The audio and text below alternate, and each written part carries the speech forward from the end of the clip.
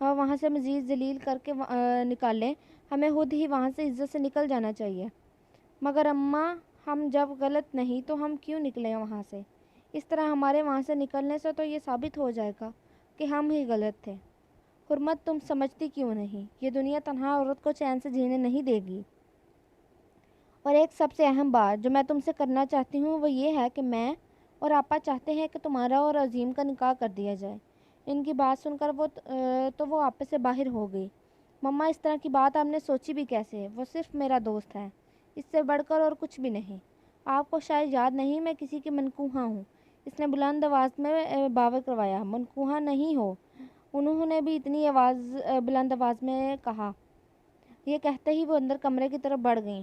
حرمت اماں بھی کی گود میں سر رکھ کر پھوٹ پھوٹ کر رو دی۔ سن رہی ہیں نا اماں بھی، مجھے مما کیا کہہ رہی ہیں؟ یہ مجھ سے شادی شدہ ہونے کے باوجود بھی دوسری شادی کا کہہ رہی ہیں۔ یہ کہتے ہوئے اس کی آواز بھی لڑکھڑانے لگی۔ حرمت بیٹا، جب پہلا شوہر دنیا سے رخصت ہو جائے تو بیوہ دوسری شادی کر سکتی ہے، ایسا ہمارے مذہب میں جائز ہے بیٹا۔ انہوں نے اس کے سر کے بالوں کو اپنے جریوں زدہ ہاتھوں سے سہلاتے ہوئے نرم لہجے میں کہا۔ بیٹا، کچھ لوگوں کا کہنا ہے کہ اگر مرد عورت سے 6 ماہ دور رہے، وہ آپس میں نہ ملیں تو ان کا نکاح ٹوٹ جاتا ہے، حالانکہ یہ بالکل غلط بات ہے۔ شوہر چاہے بیوی سے 2 سال بھی دور کیوں نہ رہ لے، بیوی اس کے نکاح میں تب تک رہتی ہے جب تک وہ اس کو خود طلاق نہ دے دے یا پھر بیوی اس سے خلا نہ لے لے۔ جو پیسے لے کر طلاق دی جائے اسے خلا کہتے ہیں، اور جو بغیر مال کے ہو اسے طلاق کہتے ہیں۔ مگر اماں بھی، مجھے کیوں لگتا ہے کہ وہ زندہ ہے، وہ ضرور واپس آئیں گے، اس نے روندی ہوئی آواز میں کہا۔ بیٹا، وہ شہید ہوا ہے اور شہید ہمیشہ زندہ رہتے ہیں، اس لیے تمہیں ایسا لگتا ہے۔ مگر پھر بھی اگر تمہاری من میں کوئی بات ہے تو تم نکاح کرنے سے پہلے کورٹ سے رجوع کرو اور دیکھو وہ لوگ اس بارے میں کیا کہتے ہیں، پھر جو تمہیں ٹھیک لگے تم وہی کرنا۔ اس نے دھیرے سے سوچتے ہوئے کہا۔ حرمت، انہوں نے اسے پکارا۔ جی؟ وہ سوچوں کے گرداب سے باہر نکلی۔ اپنے سے زیادہ اپنے بچوں کے بارے میں سوچنا، پھر ہی کوئی فیصلہ لینا۔ تمہارے بچوں کے اچھے مستقبل کے لیے اس سے بہتر اور کوئی راستہ نہیں۔ یہ جو تم سڑکوں پر خوار ہوتی پھر رہی ہو، تمہیں بھی عزت ملے گی اور تمہارے بچوں کو پیار اور باپ کا سایہ۔ اماں بھی، اس نے کھوئے ہوئے لہجے میں کہا۔ عورت کا دل ایک ایسا مکان ہے جس میں جب کوئی ایک شخص بسیرا کر لے تو وہ مکان اس شخص کے نام کر لیتی ہے، لیکن اگر وہ شخص مر جائے یا چھوڑ کر چلا جائے تو وہ عورت کا دل ایک اسیب زدہ مکان بن جاتا ہے، جس میں جانے والے کی روح تو بھٹکتی رہتی ہے اور اسیب زدہ گھروں میں کسی نئے شخص کا بسیرا بہت مشکل ہوتا ہے۔ جبکہ مرد کا دل ایک ایسا مکان ہے جو نئے نئے لوگوں کو کرایہ دار کی طرح جگہ دیتا ہے، جو وقت آنے پر اپنا مکین بدلتا رہتا ہے۔ جو عمر گزرتی ہے، اگلا مکین اس کے دل میں مقام پاتا جاتا ہے۔ جبکہ عورت کی فطرت میں وفا شامل ہے، مگر ان سے بے وفائی کیسے کروں؟ اس کے لہجے میں ٹوٹے ہوئے کانچ کی چھنک تھی۔ پھر بھی ایک بار ضرور سوچنا۔ انہوں نے حرمت کو نئی سوچوں کے بوئیں میں الجھا دیا۔ واہ، کیا خوشبو ہے! افرت صبح جب کمرے سے باہر نکلی تو پورے گھر میں تازہ ترین بنے مفن کی خوشبو پھیلی ہوئی تھی۔ لگتا ہے کوئی ماسٹر شیف غلطی سے ہمارے اس غریب خانے میں گھس آیا ہے۔ اس کا انداز چھیڑنے والا تھا۔ بکواس بند کرو اور ناشتہ سٹارٹ کرو۔ وہ جو اوون کے پاس کھڑی مفن بیکنگ ٹرے میں سے نکال رہی تھی، افرت کی آواز پر مسکرا کر رہ گئی۔ ہائے، لگتا ہے آج میں خوب پیٹ بھر کر ناشتہ کرنے والی ہوں۔ حرمت کے ہاتھ سے ٹرے لے کر اس نے ایک لمبی سانس کھینچ کر اس دل فریب خوشبو کو اپنے اندر اتارا۔ یہ تمہارے لیے نہیں، یہ ہے میری سویٹ سی بہنا۔ حرمت نے واپس اس کے ہاتھ سے ٹرے اچکائے۔ پھر کس کے لیے؟ افرت سے شرارتی نظروں سے اسے دیکھتے ہوئے کہا۔ واہ بھئی واہ، اپنی کیوٹ سی دوست کو بھول گئی اور بھیا سے پرانی دوستی نبھائی جا رہی ہے، اس نے مصنوعی خفگی سے چہرے پر سجاتے ہوئے منہ پھیلا کر کہا۔ نہیں، ایسی بات نہیں، دراصل اس نے پیام کے لیے اتنا کیا، اس لیے بس میں نے سوچا اتنے دنوں سے پرہیزی غذا کھا کر اکتا گئے ہوں گے تو کچھ ان کی پسند کا بنا لوں، بس اسی لیے۔ اوئے بس بس بس، یہ تم مجھے اتنی لمبی چوڑی کلیریفیکیشن کیوں دے رہی ہو؟ میں نے تو بس مذاق کیا تھا۔ میں نے تمہارے لیے تمہارے فیورٹ آلو کے پراٹھے بنائے ہیں، حرمت بولی۔ ارے واہ، پھر تو زبردست تھا بھائی۔ اس کی خوشی دیدنی تھی۔ یہ تم کب سے کوکنگ میں اتنی ایکسپرٹ ہو گئی؟ افرت نے اس سے پوچھا۔ بس کیا بتاؤں، زندگی وقت کے ساتھ بہت کچھ سکھا دیتی ہے۔ چھوڑے اسے، آؤ چلیں، یہ سونگ کر ہی پیٹ بھرنا ہے۔ پراٹھے کے ٹرے ہاتھ میں لیے وہ کچن سے باہر نکلی تو افرس بھی اس کے ساتھ ہو لی۔ تم نہ حرمت اب ہر روز ایسے ہی ٹیسٹی کھانے بنانا۔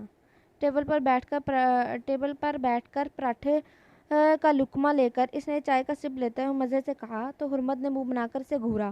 افرس کچھ توقف کے بعد حرمت نے کہا، اس نے سار اٹھا کے اس کی طرف دیکھا، تمہاری شادی کس سے ہوئی تھی؟ تمہارے ہسبینڈ کہاں ہیں؟ اس کے سوال سن کر افرس کی نمکین پانیوں سے آنکھیں بھر گئی۔ آئی ایم سوری، اگر تمہیں برا لگا ہو تو میں نے کچھ غلط پوچھ لیا تو؟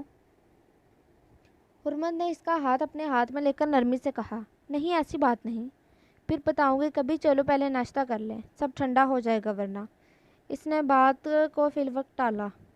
حرمت پیام کے لیے سوپ کا پیالہ بھرے روم میں داخل ہوئی۔ پیام بستر پر لیٹا ہوا تھا اور اس کے آگے نیپکن رکھے سے سوپ پلانے لگی۔ پیام کی حالت اب پہلے سے کافی بہتر تھی۔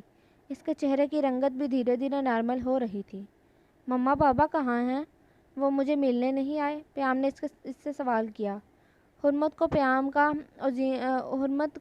کا عظیم کو بابا بلانا بہت بری طرح کھلا، مگر وہ خود پر ضبط کر گئی۔ ان کی طبیعت بھی ٹھیک نہیں، وہ آئیں گے آپ سے ملنے، آپ زیادہ مت سوچو اور آرام کرو، وہ جلدی جلدی ٹھیک ہونا ہے نا میرے بیٹے نے، اس نے پیار بھرے انداز میں کہا۔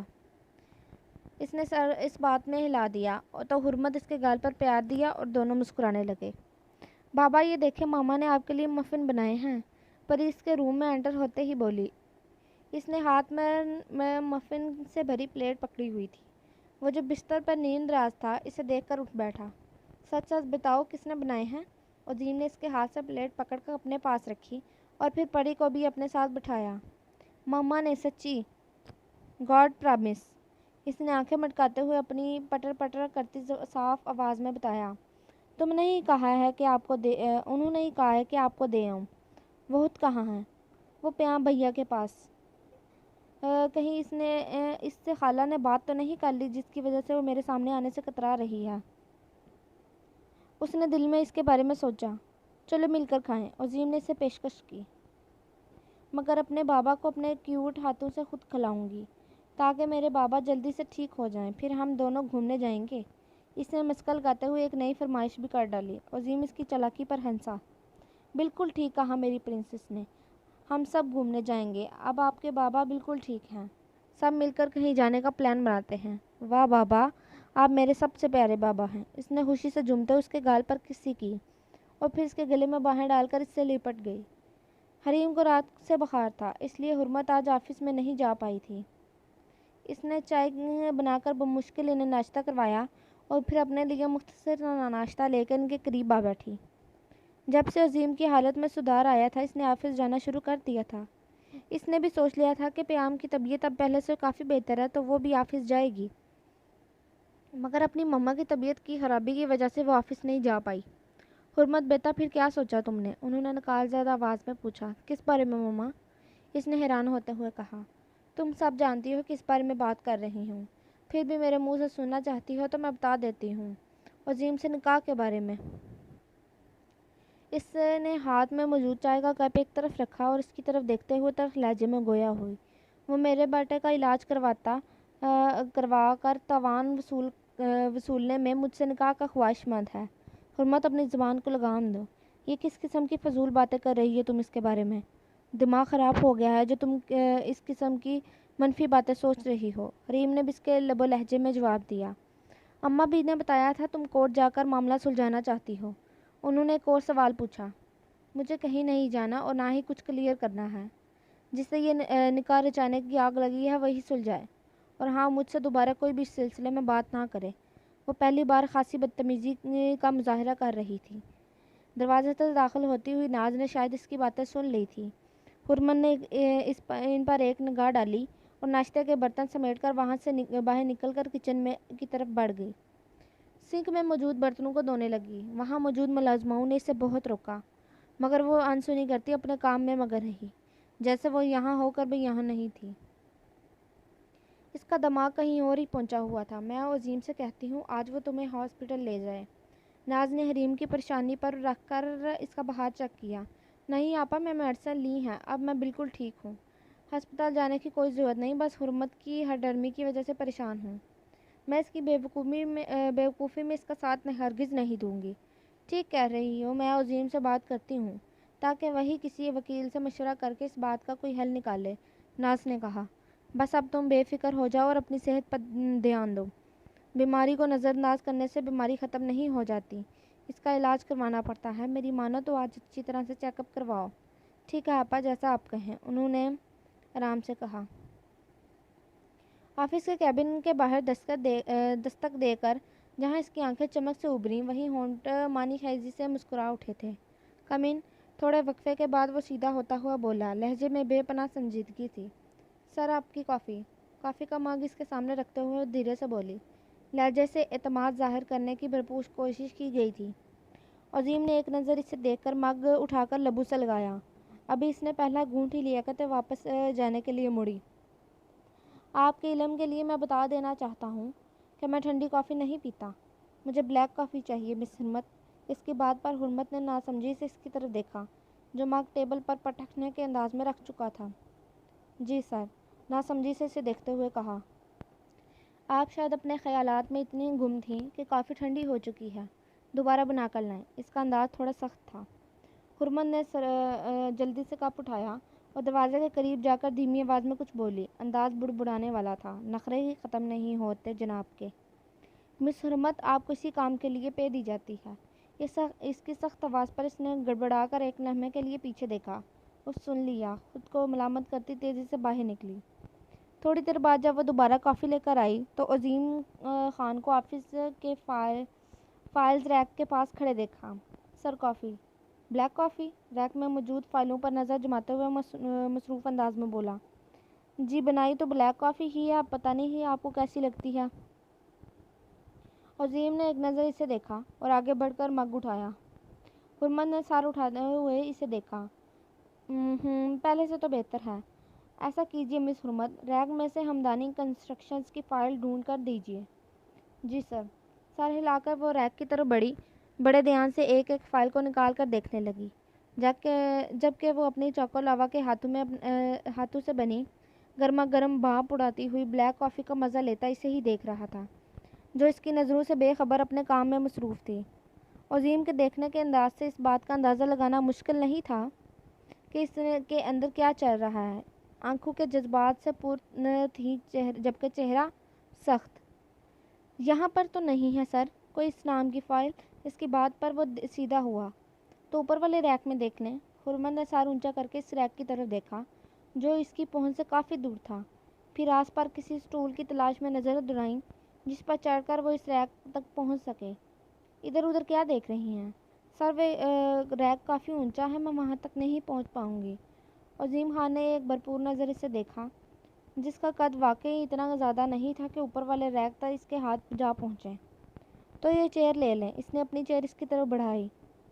اس سے کچھ ہی فاصلے پر کھڑا عظیم خان دونوں ہاتھ سینے پر باندھے بڑے غور سے اسے دیکھ رہا تھا، جو چیئر پر کھڑی ہونے کے باوجود بھی دونوں ایڑیاں اونچی کیے بڑی مشقت سے ایک ایک فائل کو بمشکل نکال کر اسے اس کے اوپر پڑھ رہی تھی، مگر پھر بھی مطلوبہ فائل نہ ملنے پر مایوسی سے انہیں دوبارہ اس کی جگہ پر رکھ دیتی۔ اس کا یہ مصروف انداز عظیم کو بہت مزہ دے رہا تھا۔ مل گئی۔ تھوڑی دیر بعد جب وہ بولی تو اس کی سانس پھولی ہوئی تھی، چہرہ سرخ تھا جیسے کوئی پہاڑ سر کیا ہو۔ نیچے اترنے کے لیے جیسے ہی اس نے پاؤں آگے بڑھایا، نہ جانے کیسے ڈس بیلنس ہو کر وہ لڑکھڑائی۔ فائل ہاتھ سے چھوٹ کر زمین پر آ گری۔ اس کے ساتھ وہ بھی گر جاتی کہ اسے دیکھتے ہوئے عظیم نے پھرتی سے آگے بڑھ کر اسے تھام لیا۔ فلزرہ جو اندر آنے کے لیے عظیم کی اجازت لینے والی تھی، اندر کا منظر دیکھ کر تو گویا اس کے تن بدن میں آگ لگ گئی۔ اسٹوپڈ، جاہل، گنوار، مڈل کلاس لڑکیاں، یہی سب تو چالاکیاں ہیں ان کی، بڑے بڑے آفس میں آ کر وہاں کے باس کو پھنسانا۔ وہ جل کر بولی، مگر اس کی آواز اتنی اونچی تھی کہ عظیم اور حرمت نے دونوں نے سن چکے تھے۔ تم ٹھیک ہو؟ اپنے بازو کی قید سے آزاد کرتے ہوئے عظیم نے نرمی سے اسے کہا، جو اپنا دوپٹہ درست کر رہی تھی جو کہ شانے سے اتر گیا تھا۔ جی، یک لفظی جواب دے کر اب وہ زمین پر گری فائل اٹھانے کے لیے جھک گئی۔ فائل اٹھا کر ٹیبل پر رکھی۔ اب آپ جا سکتی ہیں۔ فائل اس کے ہاتھ سے لے کر وہ اپنے ٹیبل کی طرف بڑھ گیا، جبکہ اس کی طرف سے اجازت ملتے ہی وہ دوپٹہ سنبھالتی خاموشی سے دروازے کی طرف چل دی۔ مس فلزرا، mind your language, this is your first and last warning. آپ کا شمال قابل امپلائز میں ہوتا ہے، ایسا بیہیویئر آپ کو سوٹ نہیں کرتا۔ Be careful next time, otherwise. Sorry sir, میں آئندہ خیال رکھوں گی۔ اس نے جھٹ سے معافی مانگی۔ اپنی بنائی امیج کو وہ کیسے لمحوں میں غارت ہونے دیتی۔ سوری، مجھ سے نہیں، مس حرمت سے مانگے۔ جی سر۔ وہ باہر نکلی تو پیر پٹکتی ہوئی اپنی جگہ پر آئی۔ اسے سوری کرتی ہے میری جوتی۔ اس نے تنفر سے اپنے لیئر کٹ بالوں کو جھٹکا دے کر ہنکارا بھرا۔ پھر اپنے ٹیبل پر آ کر جب تک فلزرا نے اپنے ساتھ لائے پانی کی بوتل سے تین چار گھونٹ پانی اپنے خشک حلق سے نیچے نہ اتارے، تب تک اس کے اندر جلتی ہوئی آگ کو سکون نہیں ملا۔ کوئی بھی نہیں جانتا تھا کہ ہماری زندگی میں آنے والا لمحہ کیسا ہوگا، مگر پھر انسان سب جانتے بوجھتے ہوئے اپنے آنے والی زندگی کے لیے بہت سے منصوبے بنا لیتا ہے، بہت سے من موہنس خواب سوچ لیتا ہے۔ ایسا ہی کچھ افرس نے بھی کیا تھا۔ اس نے اپنے خوابوں کی دنیا میں جلیل سلطان کو بسا لیا، بنا سوچے سمجھے کہ اس کا انجام کیا ہوگا۔ مگر اس کے مقدر میں شاید جلیل سلطان کا ساتھ نہ تھا، وہ اس کی بہن کے مقدر میں لکھا جا چکا تھا۔ اس نے اپنی دلی خواہشات اور جذبات کا خون کرتے ہوئے قسمت کے در پر اپنا سر جھکا لیا۔ جب حرمت کی شادی کے بعد ناز اور افرس فلک شیر کے پاس ترکی پہنچے تو وہاں کچھ عرصے بعد فلک شیر نے اپنے ایک جاننے والے دوست کے بیٹے بلاج کے ساتھ اس کا رشتہ طے کر دیا۔ وہ اپنی ادھوری محبت کا دکھ خود ہی جھیل رہی تھی۔ اس کے پوشیدہ زخموں پر مرہم رکھنے والا کوئی نہ تھا اس کے پاس۔ اس کے والدین اس کی شادی کی تیاریوں میں مصروف تھے، ایسے جیسے انہیں دلہن کے روپ میں ناز اس پر سے بلائیں لیتے ہوئے نہ تھک رہی تھی۔ فلک شیر کے چہرے پر بھی اطمینان تھا، صرف عظیم کا چہرہ کسی بھی تاثر سے پاک تھا۔ سب کے خوشی کے باعث تمتماتے ہوئے چہرے دیکھ کر اس نے بھی حلق میں اٹکا ہوا کانٹا نگلنے کے لیے فیصلہ کر لیا اور اپنی زندگی کو وقت کے دھارے پر بہنے کے لیے چھوڑ دیا۔ افرس نے شادی کے بعد گھر کا انتظام سنبھالنا چاہا تو اس کی ساس نے منع کر دیا۔ وہ کبھی اپنے کمرے میں تو کبھی لاؤنج میں ٹی وی دیکھ کر وقت گزارتی۔ اس کی ساس اسے کسی بھی کام کو ہاتھ نہ لگانے دیتی، بقول ان کے یہی تو چند دن ہیں آرام کرنے کے، گھومنے پھرنے کے، تم دونوں انجوائے کرو، گھر گرہستی سنبھالنے کو تو عمر پڑی ہے۔ بلاد بھی جب گھر ہوتا تو اس کو سارا آنکھوں پر بٹھائے رکھتا، اسے گاہے بگاہے اپنی محبت کی شیدتوں سے آگاہ کرواتا رہتا۔ بلاج اپنی پروموشن کے سلسلے میں زیادہ تر کام میں بزی رہتا، وہ اپنی نئی زندگی میں مصروف ہو چکی تھی۔ سال بھر میں اس کی گود میں ہاتھ آ گیا تو رہی سہی فراغت بھی مصروفیت میں بدل گئی۔ کمرہ عدالت میں موجود جج صاحب کا حکم سننے کے منتظر تھے۔ کٹہرے میں کھڑی حرمت کا رواں رواں اس کے جواب کا منتظر تھا۔ وہی حالت عظیم خان کی بھی تھی جو سامنے لگی کرسیوں میں پہلے سے ہی براجمان تھا۔ عظیم حرمت کو آفس کے بعد وہاں سے سیدھا کورٹ لے آیا تھا۔ حرمت کو وہاں آ کر علم ہوا تھا کہ عظیم نے اپنے طور پر کیس دائر کر چکا ہے۔ وہ خاموشی سے سر جھکائے اپنی جگہ جامد تھی۔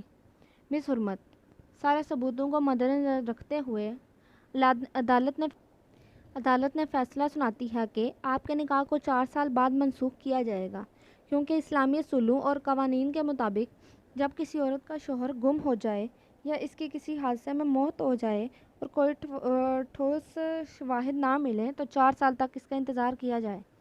اگر اس مدت کے دوران شوہر کی واپسی نہ ہونے کی صورت میں عدالت اس شخص سے عورت کا نکاح منسوخ کر دیتی ہے۔ ایکسکیوز می سر، معذرت خواہ ہوں درمیان میں بولنے کے لیے، اگر آپ کی اجازت ہو تو میں کچھ پوچھنا چاہتا ہوں۔ جج صاحب نے ہاتھ کے اشارے سے بولنے کی اجازت دی۔ آنریبل جج صاحب، اس کے شوہر کو گئے ہوئے آلریڈی ہی تقریباً 4 سال کا عرصہ ہونے والا ہے، تو پھر ایسے میں تو کچھ ماہ ہی بچے ہیں مدت پوری کرنے میں۔ عظیم کے سوال پر کمرہ عدالت میں خاموشی چھا گئی۔ جج صاحب نے ایک گہری سانس لی اور اپنی بات کا پھر سے آغاز کیا۔ یہ مدت اس شخص کے گم ہونے سے شروع نہیں ہوتی، بلکہ جب کورٹ میں کیس دائر کیا جائے تب سے شروع ہوتی ہے۔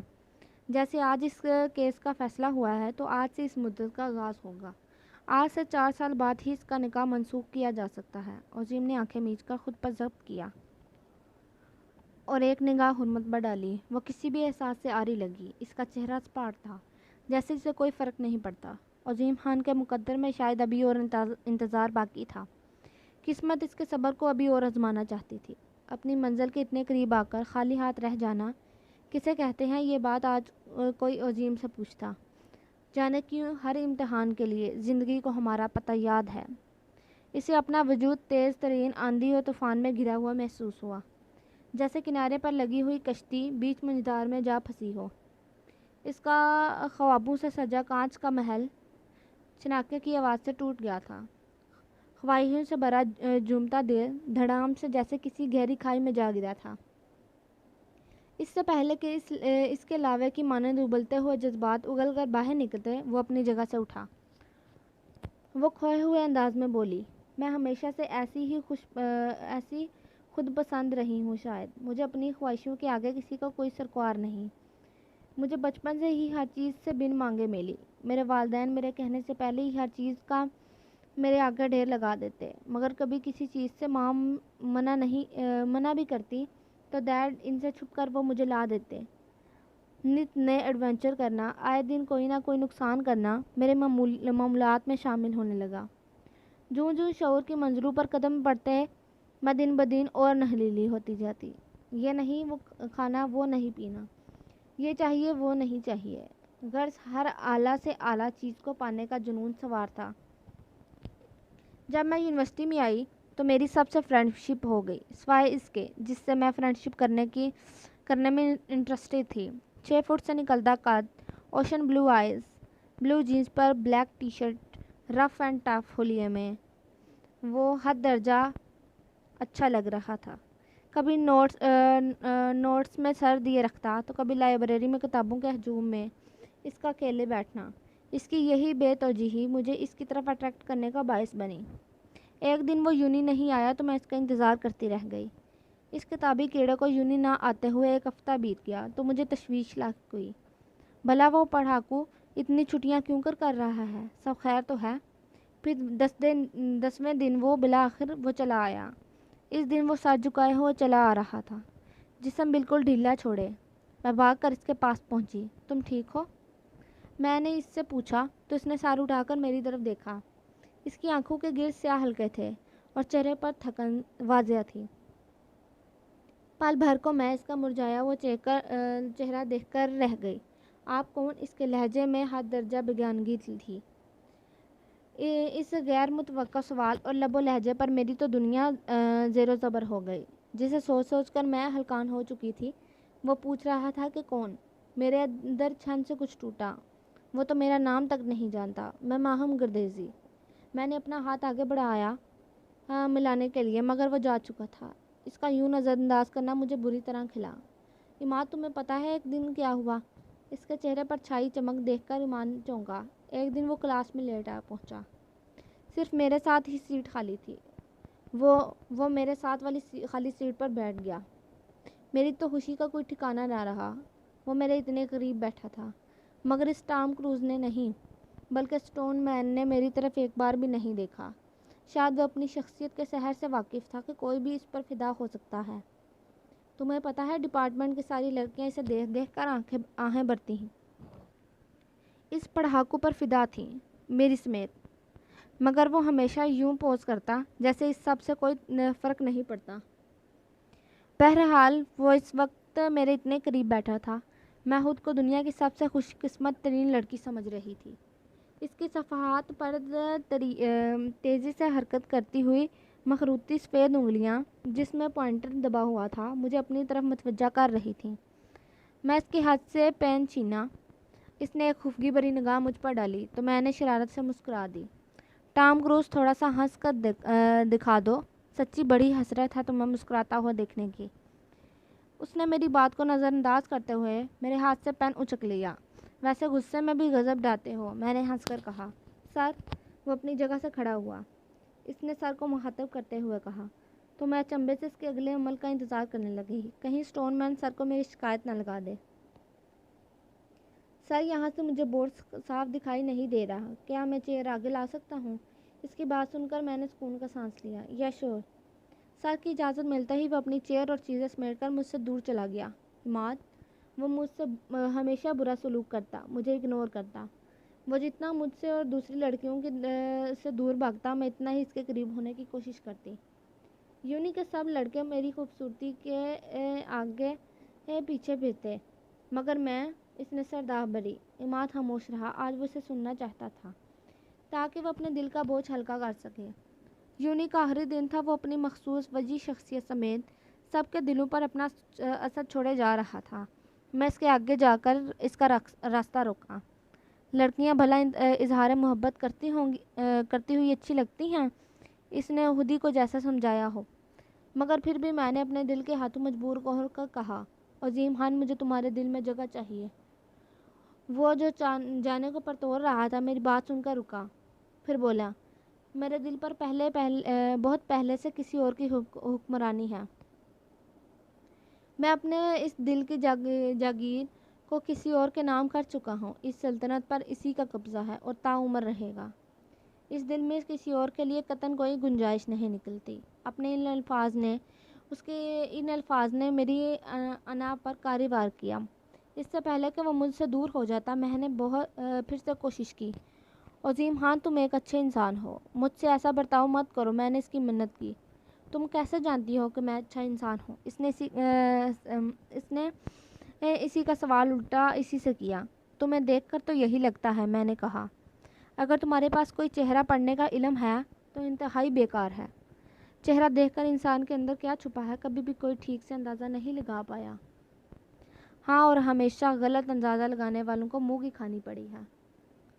اور مجھے خواہاں میں گلے پڑنے والی الٹرا ماڈرن بولڈ لڑکیاں کبھی بھی اٹریکٹ نہیں کرتی. اس نے سپاک لہجے میں کہا. کیا بکواس کر رہے ہو؟ پتہ بھی ہے کتنے گھٹیا الفاظ استعمال کر چکے ہو تم میرے بارے میں. صرف تم ہو جس نے مجھے یہ سب سنانے کی جرت کی, ورنہ تمہاری جگہ کوئی اور ہوتا تو. میں عالم تیش میں اسے انگلی اٹھا کر وارن کیا. بکواس میں نہیں, اس وقت میرا راستہ تم روک کر کھڑی ہو. تم نے کیا سوچا تمہارے اس طرح چیپ انداز میں اظہار محبت کرنے میں پگھل جاؤں گا؟ تو بھول ہے تمہاری. وہ غضبناک لہجے میں کہتا ہوا تیز قدموں سے راہداری عبور کر گیا. کیوں کرتا ہے وہ میرے ساتھ ایسا آخر؟ ہمیشہ وہ میرے پیار کی انسلٹ کرتا ہے. میں اپنے یک طرفہ پیار کا بوجھ اٹھاتے تھک گئی ہوں عماد. وہ نڈھال انداز میں بولی. میرا کوئی دوست نہیں جس سے میں اپنی اندرونی کیفیات شیئر کر سکوں. وہ رو رو کر ہلکان ہونے لگی. عماد چلتا ہوا اس کے قریب آیا اور اس کے شانے پر تسلی دینے کے لیے ہاتھ رکھا. کومل نے اپنی نام آنکھوں سے اس کی طرف دیکھا. مجھ سے دوستی کر لو, یقین جانو تمہارا یہ دوست کبھی تمہیں مایوس نہیں کرے گا, اس نے پختہ لہجے میں کہا. اس فیصلے کے بعد عظیم خان کے دل کیسے اذیت میں گزر رہے تھے یہ صرف وہی جانتا تھا. وہ اندر ہی اندر گھٹ رہا تھا. عظیم کیا بات ہے بیٹا, کھانا کیوں نہیں کھا رہے؟ ناز نے اس کی بے توجہی نوٹ کرتے ہوئے سوال کیا. مما بس مجھ سے کھایا نہیں جا رہا, بھوک نہیں. ناز نے اس کے تھکے ہوئے چہرے پر ایک تفصیلی نگاہ ڈالی. اس سے مزید بحث کا ارادہ ترک کر دیا. تمہاری طبیعت تو ٹھیک ہے؟ انہوں نے اپنا ہاتھ عظیم کے ہاتھ پر رکھ کر شفقت بھرے انداز میں پوچھا. مجھے کیا ہونا ہے, میں بالکل ٹھیک ہوں, اس نے چہرے پر زبردستی مسکراہٹ لا کر کہا. اسے اپنی مسکراہٹ اجنبی لگی. مام آفس کا وقت ہو گیا ہے, میں نکلتا ہوں. کوٹ بازو پر رکھ کر انہیں الوداعی کلمات کہتا ہوا وہاں سے نکل گیا. ڈرائیور نے گاڑی سٹارٹ کی تو وہ سیٹ کی پشت سے سر ٹکا گیا. سوچتے ہوئے اس کے دماغ کی شریانیں کھولنے لگیں. ایسا لگا اس کی آنکھوں کے سامنے اندھیرا چھا گیا ہو. پاکٹ میں بجتے ہوئے موبائل فون نے اس کی توجہ اپنے جانب مرکوز کی. اس نے فون نکال کر دیکھا تو بابا کالنگ لکھا آ رہا تھا. ہیلو عظیم بیٹا, کیسے ہو؟ دوسری طرف سے فلک شیر کی آواز آئی. وعلیکم السلام بابا, میں بالکل ٹھیک ہوں. عظیم بیٹا, یہاں تمہارا ڈریم پروجیکٹ تمہاری توجہ کا مرکز ہے, توجہ کا منتظر ہے. تو پھر بیٹا کب واپسی ہے؟ دوسری طرف عظیم کی بات پر اس نے گہری سانس لی. شاید توجہ بڑی تو ہی ایک گھٹن زدہ وقت گزرے. اس طرح تو ایک ایک پل گزرنا سہانے روح بن گیا تھا. اس نے دل میں سوچا۔ بابا میں بہت جلد واپس ترکی آ رہا ہوں، آپ بھی بے فکر ہو جائیں، اس نے انہیں تسلی بخش انداز میں کہا۔ پیام اب بالکل صحت یاب ہو چکا تھا۔ پیام اور پریشیا کو عظیم ہاتھ کے اسکول میں داخل کروا دیا۔ وہ تینوں اکٹھے اسکول جاتے اور کھیل کود میں مل جل کر وقت گزارتے۔ ان دونوں میں کافی اچھی دوستی ہو چکی تھی۔ حرمت نے آفس جانا شروع کر دیا تھا، جبکہ افرس سارا دن گھر میں بچوں کی نگرانی میں وہ اپنا وقت گزارتی۔ کل ہی اس کی ترکی واپسی ہوئی تھی۔ وہ اپنے مخصوص چال چلتا ہوا آفس کی بلڈنگ میں داخل ہوا تو اسے دیکھ کر سارا سٹاف اپنی جگہ سے اٹھ کھڑا ہوا۔ وہ جہاں جہاں سے گزرتا، سلام اور گڈ مارننگ کی ملی جلی آوازیں اس کی سماعتوں سے ٹکرا رہی تھیں۔ عماد بھی عظیم کے اتنے عرصے بعد آفس آنے پر ویلکم کے لیے وہاں موجود تھا۔ اتنے میں اچانک باہر سے بھاگتی ہوئی کومل اندر داخل ہوئی۔ جھٹ سے عظیم کے خان کے قریب آ کر اس کے گلے لگنے کی کوشش کی۔ تم واپس آ گئے؟ تم نہیں جانتے میں کتنی خوش ہوں تمہیں دیکھ کر۔ اس کے لہجے سے خوشی پھوٹ رہی تھی۔ عظیم نے فوراً اس کے شانے پر ہاتھ رکھ کے اسے خود سے دور کیا۔ کنٹرول یور سیلف، اس نے برف جیسے سرد لہجے میں کاٹدار انداز میں کہا۔ چند ساتوں میں اس کی اوشن بلو آئیز انگارے کے مانند دہکنے لگی تھیں۔ وہ پوری آنکھیں کھولے حق تک اسے دیکھ رہی تھی۔ یوں سم کے سامنے اپنی تحقیر دیکھ کر اس کی آنکھیں دھندلا گئیں۔ وہاں موجود لوگوں کے چہرے پر تمسخرانہ مسکراہٹ دیکھ کر شرم کے مارے ڈوب مرنے کا دل چاہا۔ میں نے ایسا بھی کیا کر دیا جو تم یوں کھلے عام میری تذلیل کر رہے ہو؟ عماد، اسے باہر لے جاؤ فوراً میرے آفس سے۔ وہ حکم جاری کیے اپنے آفس کی طرف بڑھ گیا۔ عماد نے اس کے جانے کے بعد بےچارگی سے کومل کی طرف دیکھا۔ وہ ڈبڈبائی آنکھوں لیے وہاں سے بھاگتی ہوئی باہر نکلی، جبکہ عماد بھی اس کے پیچھے لپکا، اس کی چارہ جوئی کے لیے۔ اس وقت ایک اچھے دوست کی ضرورت تھی۔ وہ اپنے فرض سے پیچھے نہیں ہٹ سکتا تھا۔ وقت کا کام ہے گزرنا، وہ چاہے اچھا ہو یا برا گزر ہی جاتا ہے، کسی کے لیے نہیں رکتا۔ 4 سال جیسے آنکھ جھپکتے ہی گزر گئے۔ حرمت نے اس کا بہت انتظار کیا، مگر جسے نہ آنا تھا وہ نہیں آیا۔ کورٹ نے 4 سال کی مدت کے بعد اس کا نکاح کو منسوخ کر دیا۔ آج خان مینشن میں ہر طرف گہما گہمی تھی۔ فلک شیر بھی نکاح میں شمولیت کے لیے پاکستان واپس لوٹ آئے تھے۔ عظیم خان کے انوائٹ کرنے پر عماد بھی فلک شیر کے ساتھ آ چکا تھا۔ مینشن کسی بھی طرح کے بیرونی سجاوٹ سے پاک تھا، کیونکہ عظیم نہیں چاہتا تھا کہ میڈیا کو ذرا سی بھی اس کے نکاح کی بھنک پڑے اور وہ یہاں آ کر اس کے رنگ میں بھنگ ڈالیں۔ وہ شاور لے کے واش روم سے باہر نکلا تو ٹراؤزر اور ویسٹ میں تھا۔ اپنے بالوں کو رگڑ کر خشک کرنے کی جد و جہد میں محو تھا کہ افروز اور ناز دونوں نے وہاں آ کر اس کے کمرے کو جلا بخشی۔ مما، آپ اور افروز اس وقت میرے روم میں کیا کر رہی ہیں؟ ناز ہاتھ میں ایک جدید ترکی سرما دانی لیے ہوئے اس کی طرف بڑھی۔ دور رکھیں اسے مجھ سے ماما، مجھے نہیں ڈالنا کچھ سرما ورما اپنی آنکھوں میں۔ آپ کا ارادہ مجھے پینڈو دلہا بنانے کا ہے، جو میں قطن ہونے نہیں دوں گا۔ اس نے انہیں ہاتھوں کا اشارہ کرتے ہوئے وہیں رکنے کا کہہ کر خود بھی 2 قدم پیچھے لیے۔ بیٹا، یہ رسم ہے، انہوں نے اپنے تئیں سے سمجھانا چاہا۔ نو مام پلیز، اس نے نفی میں سر ہلاتے ہوئے انہیں منع کرنا چاہا۔ اچھا مام، بھائی نہیں مان رہے تو کوئی بات نہیں، یہ رسم رہنے دیں، افروز کے درمیان میں بولی۔ ویسے بھی آپ کی بہو نے کون سی رسمیں نبھانے کی حامی بھری ہوئی ہے جو میں بھروں؟ اس عظیم نے حرمت کے بارے میں کہا۔ تم تو سننے تھے رہے، مگر حرمت میری بہت پیاری اور فرمانبردار بیٹی ہے، وہ میری بات ضرور مانے گی، انہوں نے مان بھرے لہجے میں پیار سے کہا۔ واہ جی، ہم نافرمان اور وہ فرمانبردار، اور اپنی بن گئی، وہ عظیم نے نروٹھے انداز میں کہا۔ وہ تو شروع سے ہی میری اپنی ہے اور تم تو ہو ہی میرا شہزادہ بیٹا، انہوں نے پیار سے اس کے گال پر ہاتھ رکھ کر کہا۔ ان کی آنکھوں میں نمی گھلی تو بس کر دے مام، یہ ماں بیٹے کا میلو ڈرامہ، اب آپ دونوں جذباتی مت ہو جانا، یہ کام دلہن کا ہے، پلیز وقت کم ہے، مولوی صاحب آتے ہی ہوں گے۔ آپ کی شیروانی کدھر ہے جو ہم نے سلیکٹ کی تھی؟ افروز نے کمرے میں ادھر ادھر نظریں دوڑاتے ہوئے پوچھا۔ میں نے پہلے بھی کہا تھا میں یہ سوٹ نہیں پہنوں گا، اس نے کبرڈ میں ہینگ کیا ہوا سوٹ نکال کر ہاتھ میں لیتے ہوئے کہا۔ بیٹا، نکاح پر کون سوٹ پہنتا ہے، شیروانی اچھی لگے گی، ناز نے اسے مشورہ دیا۔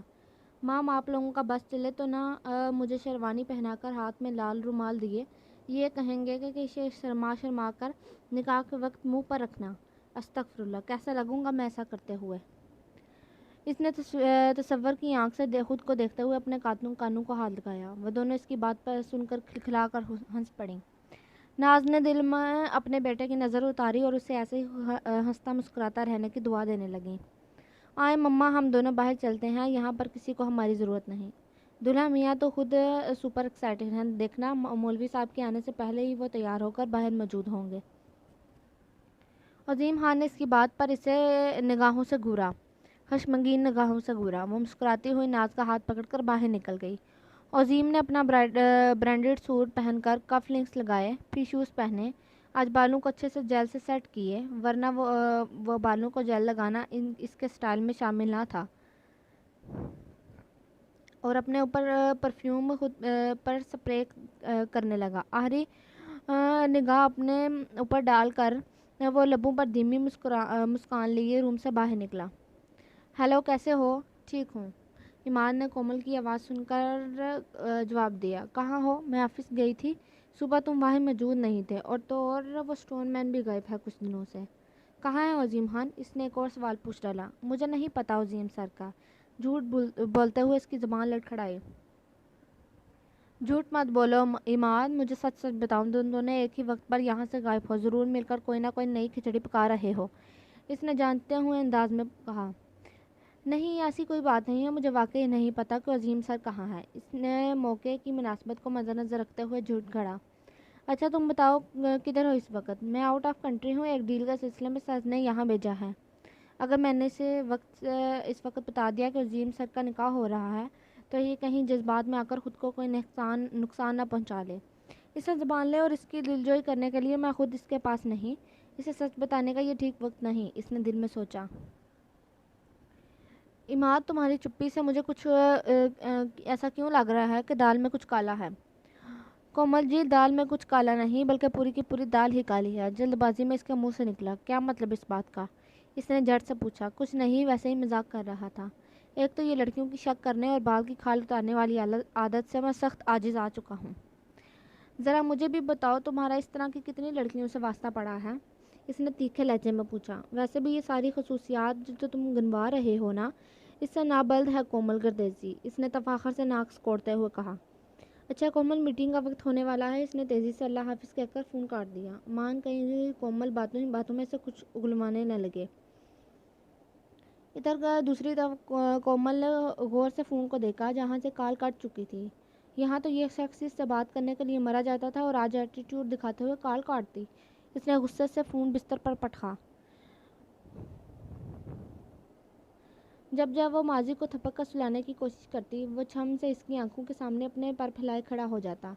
سب کہتے ہیں ہر غم کے بعد خوشی ہے، ہر پریشانی کے بعد آسانی، سیڑھیوں سے گزر کر منزل ملے گی، مگر میں تو زندگی کی سیڑھیاں چڑھتے ہوئے تھکنے لگی ہوں، مگر منزل کا دور دور تک کوئی نام و نشان نہیں ہے۔ افنس نے خود کو بھائی کے نکاح کی مناسبت سے سنوارتے ہوئے ہلکا پھلکا سا میک اپ کیے، ایک چٹتی سی نگاہ خود پر آئینے پر ڈالی۔ کئی دنوں سے بلاج کا رویہ اس سے کھینچا کھینچا سا تھا۔ رات کو واپس آتا تو اسٹڈی روم میں گھسے جانے ساری رات ایسے کون سا کام میں مصروف رہتا کہ صبح ہوتے ہی باہر نکلتا۔ وہ خاموشی سے ناشتہ کیا آفس کے لیے نکل جاتا۔ وہ کافی دنوں سے بلاج کا رویہ نوٹ کر رہی تھی۔ بالآخر وہ ایک روز ہمت کیے ننھے ہاتھ کو سلا کر بستر پہ لٹا کر اسٹڈی روم میں آئی۔ جو جانے کون سی فائل کھولے اس پر نظریں جمائے بیٹھا تھا۔ افرس کو یوں سامنے دیکھ کر اس کی پیشانی پر سلوٹیں ابھری۔ چہرے سے وہ کسی دماغی الجھن اور تناؤ کا شکار لگ رہا تھا۔ کیا مسئلہ ہے؟ اس نے ابرو چکاتے ہوئے اسپاٹ لہجے میں افرس سے پوچھا۔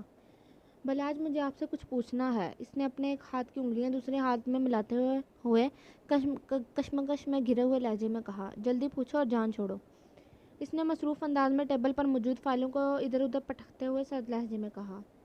افرس کو شدید سبکی کا احساس ہوا۔ بلاج کے انداز پر اس کا دل کٹ کر رہ گیا۔ مجھے اپنا کام کمپلیٹ کرنا ہے، کوئی بات ہے تو بتاؤ ورنہ جاؤ یہاں سے۔ اس کی بات پر افرس کی آنکھوں سے آنسو بہنے لگے۔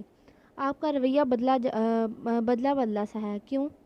کیا مجھ سے کوئی غلطی ہوئی ہے؟ وہ سادگی سے سر جھکائے پوچھ رہی تھی۔ افرس، جاؤ یہاں سے، میرا دماغ مت گنواؤ، میں پہلے ہی بہت الجھا ہوا ہوں۔ مجھے اپنی الجھن بتائیں، ہم مل کر اسے سلجھائیں گے۔ اچھا تو تم سلجھاؤ گی میری الجھن؟ اس نے یکلخت لہجہ بدلتے ہوئے اس کا ہاتھ تھام کر پوچھا۔ افرس نے ہولے سے اس بات میں سر ہلایا۔ تو ٹھیک ہے، بنا پڑھے بنا پوچھے یہ کس چیز کی پیپر ہے، ان پر سائن کر دو۔ بولو کرو گی؟ اس نے سوالیہ انداز میں پوچھا۔ بتائیں کہاں سائن کرنے ہیں؟ افرس نے ٹیبل پر پڑا ہوا پین ہاتھ میں لیا۔ بلاج نے جھٹ سے فائل کھول کر چند مخصوص جگہوں پر اس کے سائن لیے۔ عظیم خان بچوں کے روم میں آیا تو وہ بھی سب تقریباً تیار ہی تھے۔ پیام اور ہاتھ نے عظیم خان کی طرح مختلف کلر میں 3 پیس سوٹ پہن رکھے تھے، جبکہ پریشا پنک کلر کی باربی فراک پہنے ہوئے تھی۔ تینوں کے چہرے خوشی کے بعد ٹمٹما رہے تھے۔ بابا، ماموں! وہ تینوں عظیم کو دیکھ کر اس کی طرف لپکے۔ My baba is looking very handsome today. Pari نے اس کے گال پر کس کرتے ہوئے توصیفی انداز میں اپنا خیال ظاہر کیا۔ No, my mama is looking elegant as always. ہان نے اس کی بات کی تصدیق کرتے ہوئے اپنی بات کہی۔ My baba is the most handsome, elegant and super cool father of the world. Payam نے بھی اپنے خیالات کا تبادلہ کیا۔ ان تینوں کی عمریں تقریباً 7 برس کے لگ بھگ ہو چکی تھیں، مگر انداز و اطوار اپنی عمر سے کئی گنا بڑھ کر تھے۔ عظیم ان کی بات سن کر مسکرا اٹھا۔ ہاتھ، ہم کتنے لکی ہیں نا، اپنے بابا اور ماما کی شادی خود دیکھ رہے ہیں، ورنہ بچوں کو دیکھنے کا موقع نہیں ملتا۔ پیرنٹس ان کے آنے سے پہلے ہی شادی کر لیتے ہیں تاکہ بچے انہیں تنگ نہ کریں۔ پری نے اپنی طرف سے بڑی سمجھداری کی بات اس سے شیئر کی۔ صحیح کہا، پیام بولا۔ عظیم ان تینوں کی آپس کی گفتگو سے ہنس رہا تھا۔ چلو ہم اب سب تیار ہیں تو باہر چلتے ہیں، آخر ہم مہمان خصوصی ہیں جناب۔ آج کی تقریب میں باہر ہمارا انتظار ہو رہا ہوگا۔ اس کی بات پر علمدار آمد کے لیے وہ تینوں اس کی ہمراہی میں باہر نکلے جہاں تقریب متوقع تھی۔ حریم اور ناز نے ایک جیسے نفیس سے جوڑے مگر مختلف رنگ میں پہن رکھے تھے۔ ناز نے اسکائی رنگ کا جبکہ حریم نے گرے کلر کی شلوار قمیض پہن کر ایک طرف شال ڈالی ہوئی تھی۔ افرس نے پلم کلر کا ہلکے سے کام والا فراک اور چوڑی دار پاجامہ پہنا ہوا تھا۔ عظیم کی نظر سیڑھیوں پر پڑی تو پلٹنا بھول گئی جہاں اس کی مخصوص سجی سنوری سی حرمت افرس کے ساتھ اپنا بیش قیمتی دیدہ زیب سنہری عروسی لباس زیب تن کیے دونوں مرمری ہاتھوں سے لہنگا سنبھالتے سج کر قدم اٹھاتے ہوئے اس کی جوں قریب آ رہی تھی تو اس کے دل کی دھڑکنوں نے اس کے سینے میں ادھم مچانا شروع کر دیا۔ سنہری بالوں میں اس کی سنہری رنگت دمک رہی تھی جیسے پریوں کے حسن کو مات دے رہی ہو۔ ناز نے اپنے بیٹے کی شادی پر اپنے سارے ارمان خوب نکالے۔ حرمت کے لیے جدید طرز کی گولڈ کی جویلری جس میں لگے سنہری نگینوں اور موتیوں نے اسے مزید دلکش بنا دیا تھا۔ پیشانی پر بھاری خوبصورت ڈیزائن کی ماتھا پٹی، ناک میں باریک سی نتھلی جس کے 3 چھوٹے چھوٹے موتی اس کے کٹاؤ دار لبوں کو چھو رہے تھے، ہنائی ہاتھ میں بھر بھر کر سنہری چوڑیاں اور گجرے ڈالے۔ شہر کی مشہور میک اپ آرٹسٹ نے گھر آ کر اس کو تیار کیا تھا۔ ڈیپ ریڈ میک اپ نے اس کے نوخیز حسن کو مزید 2 آچھا بنا رکھا تھا۔ عظیم خان مبہوت سا پلکیں جھکائے اسے دیکھ رہا تھا۔ اپنے قدرتی خوبصورتی اور سمارٹنس کی وجہ سے وہ اپنی عمر سے کئی گنا کم دکھائی دیتی تھی۔ افرس نے حرمت کو لا کر صوفے پر بٹھایا تو ناز نے اپنا خاندانی سرخ زرتار آنچل اس پر اڑا دیا جس سے اس کا چہرہ تھوڑی دیر تک چھپ گیا۔ عماد کی نظر عظیم پر پڑی۔ اپنے بعض کم دوست کے چہرے سے پھوٹتی الوہی چمک اس کے حال دل کی گواہی دے رہی تھی۔ عظیم کے چہرے پر چھایا ہوا جنون دیکھ کر اس کے دل میں ڈھیروں سکون اترا۔ اس نے جیسے چاہا تھا آج اسے پا لیا تھا۔ کچھ ہی دیر بعد مولوی صاحب آئے تو فلک شیر والد کا فرض نبھاتے ہوئے حرمت کے پاس آ پہنچے اور مولوی صاحب کو ساری معلومات دی نکاح نامے کے پیپر کو فل کرنے کے لیے۔ اتنے میں ان کے موبائل پر کال آنے لگی تو وہ اپنا موبائل لے کر دوسری طرف بڑھ گئے۔ کچھ دیر بعد عروسی لباس میں مربوط سر جھکائے اس طرح مولوی صاحب کے پوچھے گئے سوال پر اپنے پھڑپھڑاتے ہوئے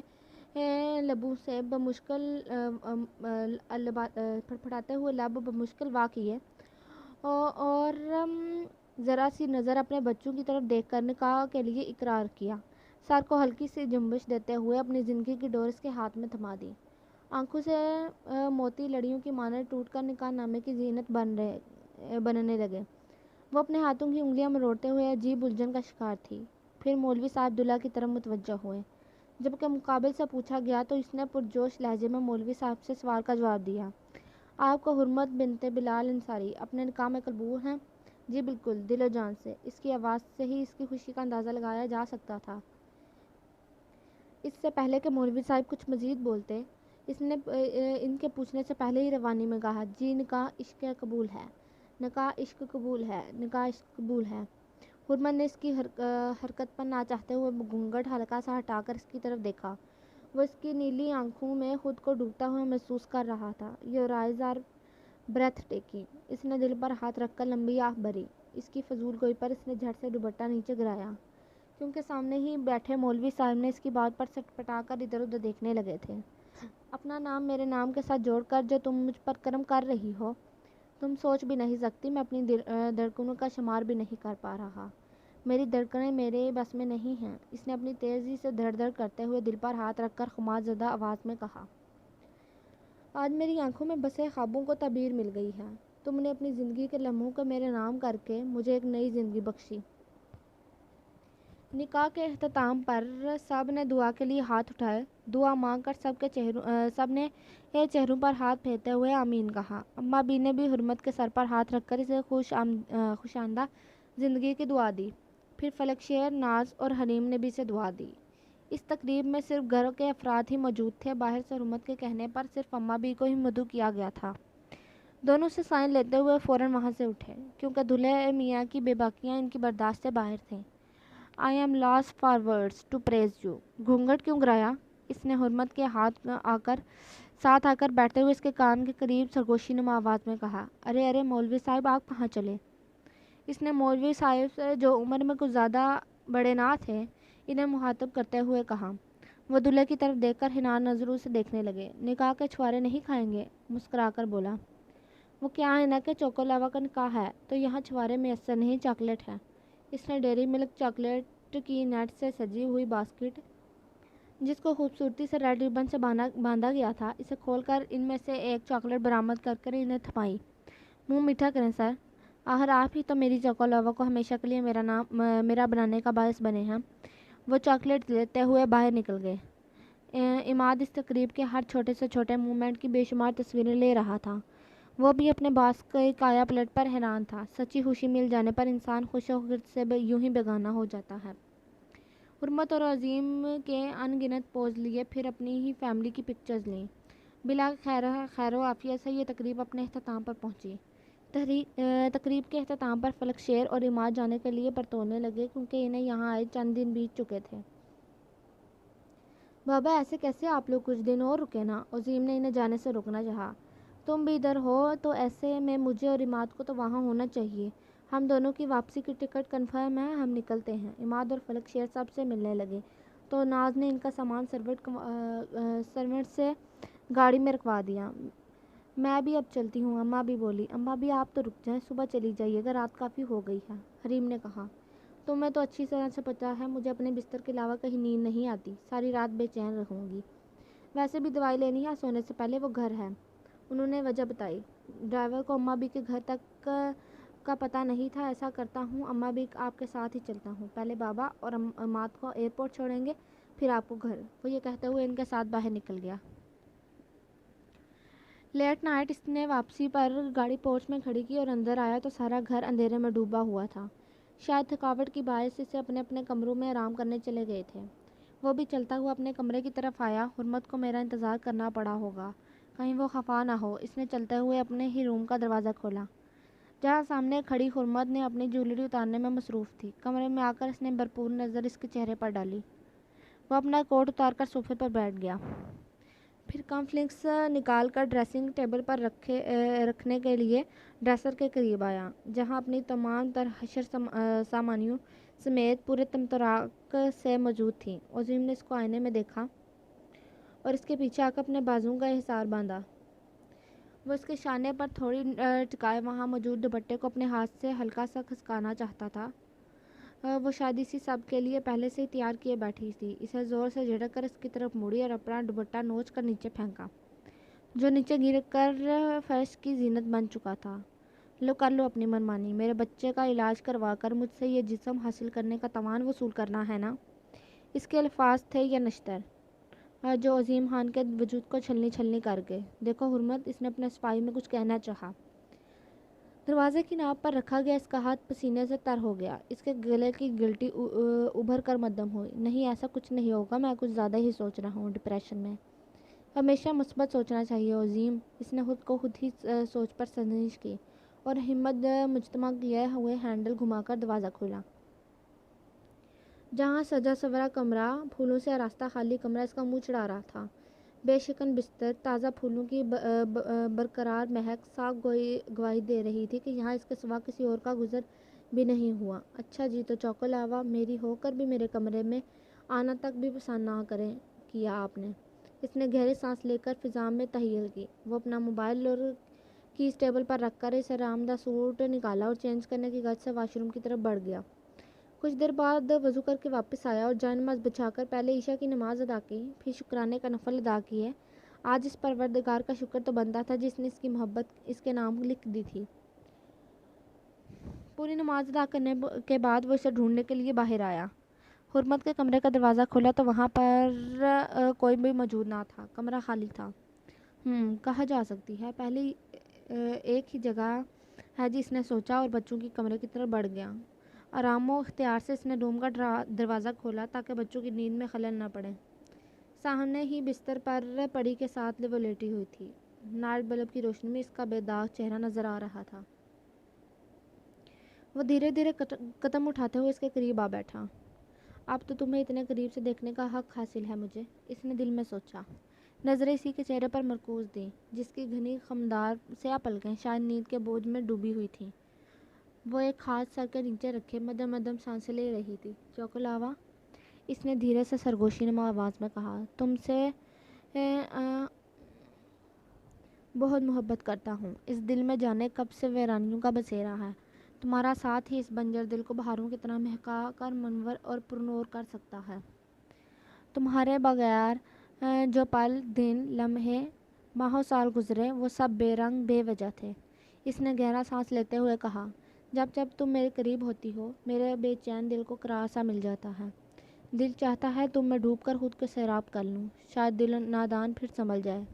تمہیں شاید اندازہ نہیں کہ تمہارا پیار نشے کی طرح میری رگ رگ میں سرایت کر چکا ہے۔ میں اس پیار کی قید سے چاہ کر بھی آزاد نہیں ہو سکتا۔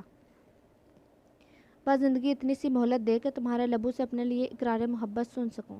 بس وہی لمحے میری زیست کا حاصل ہوں گے۔ کسی کی نظروں میں اپنا مقام بنانے میں برسوں لگ جاتے ہیں اور گرنے میں ایک لمحہ لگتا ہے۔ میں اپنی کسی بھی فعل سے تم کو تمہاری نظروں سے گرنے نہیں دوں گا۔ جب تک تم خود نہ چاہو میں خود کو تم پر مسلط نہیں کروں گا اور تمہیں زبردستی یہ رشتہ نبھانے کے لیے مجبور نہیں کروں گا۔ حرمت نے نیند میں کسمسا کر کروٹ بدلی تو اس کے چہرے کا رخ دوسری طرف مڑ گیا۔ ایسا لگا چاند جھلک دکھا کر بدلی میں چھپ گیا ہو۔ کاش اب کی بار جدا ہونے سے پہلے فنا ہو جاؤں۔ عظیم خان کی اوشن بلو آئیز میں ان گنت جذبات ہلکولے لے رہے تھے۔ کاش وہ ایک بار آنکھیں کھول کر ان میں جھانک لیتی تو کبھی دوبارہ آنکھیں موندنے کی خود میں ہمت نہ پاتی۔ کچھ دیر بعد دروازہ بند ہوتے ہی اس نے آنکھیں کھول کر مڑ کر دیکھا، وہ وہاں سے جا چکا تھا۔ اس کی آنکھوں سے آنسو موتی کی طرح ٹوٹ کر گرا۔ جریر نے میری مرضی جانے بغیر مجھ سے اپنے حقوق وصولے تھے، مگر اس نے سارے حقوق رکھتے ہوئے بھی میری مرضی کو ترجیح دی۔ یہ شاید نکاح کے پاکیزہ بولوں کا اثر تھا جو اس کے بارے میں پہلی مثبت خیال اس کے دماغ کے جھروکوں سے گزرا۔ وہ جانے انجانے میں ان دونوں کا موازنہ کرنے لگی۔ نیند میں بھی جیسے اس سے روٹھ سی گئی تھی، جیسے اس کی آنکھوں سے ستاروں کی مانند کوسوں دور تھی۔ وہ لاؤنج میں دیوار سے لٹکا ہوا اپنا گٹار لے کر باہر لان میں آیا۔ وہاں موجود کرسیوں میں سے ایک پر بیٹھ کر سامنے پڑے میز پر پاؤں رکھے ٹیک لگا کر بیٹھا۔ اس کی تنہائی کا ساتھی اس کا گٹار اس کے ساتھ تھا۔ جب بھی وہ خود کو تنہا یا تھکا ہوا محسوس کرتا اس کے ساتھ وقت گزار لیتا۔ اس کی انگلیاں گٹار کے تاروں کے ساتھ الجھنے لگیں۔ رات کے اس پہر جب 400 خاموشی کا راز تھا، ہر طرف سکوت پھیلا ہوا تھا، اس پل چھائی ہوئی گمبھیر خاموشی کو گٹار کی مدر آواز نے توڑا۔ اس کی انگلیاں مدر ساز بجانے لگی۔ بے خودی میں اس کی آواز بھی اس ساز پر اپنا درد بیان کرنے لگی۔ حرمت آواز سن کر چھوٹے چھوٹے قدم اٹھاتی ہوئی اس کی آواز کی طاقوں میں لان تک آئی۔ اس کی مخروطی انگلیاں گٹار پر تھیں اور بند آنکھوں سے دھن بجاتا وہ پوری طرح مبہت تھا۔ الفاظ ختم ہوتے ہی گٹار کے آخری تار کو زور سے بجا کر چھوڑا جو فضا میں گونجا۔ جانے کیوں حرمت کے دل نے ایک بیٹ مس کی۔ اذان فجر پر اس کی آنکھ کھلی۔ باوضو ہو کر نماز ادا کی۔ اب دوبارہ سے نیند آنا مشکل تھا۔ وہ کچھ وقت لان میں گیلی گھاس پر ننگے پاؤں چلنے کے لیے اور تازہ کھلی فضا میں سانس لینے کا سوچتے ہوئے وہاں تک آئے۔ گھر کا سادہ سا گرین اور سفید کنٹراسٹ کا سون پہنے سر پر دوپٹہ جمائے وہ چہل قدمی کے لیے یوں ہی قدم بڑھانے لگی۔ عظیم کو رات والی مخصوص جگہ پر کرسی کے ساتھ سر ٹکائے اسی پوزیشن میں سوتا دیکھ حیران ہونے کے ساتھ ساتھ اسے سبکی بھی محسوس ہوئی۔ رات یہاں اس حالت میں جانے کس وقت سے گزارا ہوگی، اس نے شرمندگی سے سوچا۔ اس سے پہلے کہ سب اٹھ جائیں اور انہیں یہاں سوتا دیکھ کر نہ جانے کیا سوچیں گے، انہیں اٹھا کر اندر بھیجنا ہوگا، مگر کیسے اٹھاؤں؟ اسی کشمکش میں مبتلا کہ اچانک ٹھنڈی ہوا کے جھونکے نے سے اسے ٹھٹھرنے پر مجبور کر دیا۔ موسم کی تبدیلی کی وجہ سے ہوا میں ہنکی کا نزول ہوا تھا۔ اس نے جھرجھری سی لی۔ وہ دبے پاؤں سے چلتے ہوئے وہاں پہنچی اور ایک آدھ کھلی گلاب کی کلی توڑ دی جس پر جا شبنم کے قطرے نے بسیرا کیا کر رکھا تھا۔ اس نے اسے آرام سے توڑا تھا مانن کہیں شبنمی قطرے گر نہ جائیں۔ سوتا ہوا کتنا معصوم لگ رہا ہے، اس کے چہرے کی طرف دیکھ کر خیال آیا۔ عظیم کے پاس آتے ہی اسے جانے کب سے کھوئی ہوئی رگ شرارت آج پھر سے بھڑکی۔ اس نے وہ اوس سے بھرا ہوا گلاب عظیم کے چہرے پر جھٹکا۔ عظیم کو اپنے چہرے پر کچھ ٹھنڈا اور گیلا سا محسوس ہوا۔ جھٹ سے ہڑبڑا کر اٹھا۔ حرمت اسے ہڑبڑاتا ہوا دیکھ کر مسکرائی۔ عظیم نے ہوش میں آتے ہی دنیا کا حسین ترین منظر اپنی نگاہوں میں ہمیشہ کے لیے سمو لیا۔ عظیم کی نیند سے بوجھل نیلی آنکھوں جو اس وقت سرخی مائل تھیں ٹکٹکی باندھے اسے دیکھ رہی تھیں۔ اس کے مسکراتے ہوئے لب اپنے آپ ہی سمٹ گئے۔ ہے چوکلوا، ایک بات کہوں، کبھی بہت دیر ہو گئی تمہیں ایسے مسکراتے ہوئے نہیں دیکھا۔ عادت ڈال لو، اچھی لگتی ہو۔ اس نے اپنے سینے کے گرد ہاتھ باندھ کر اس کی طرف دیکھتے ہوئے کہا۔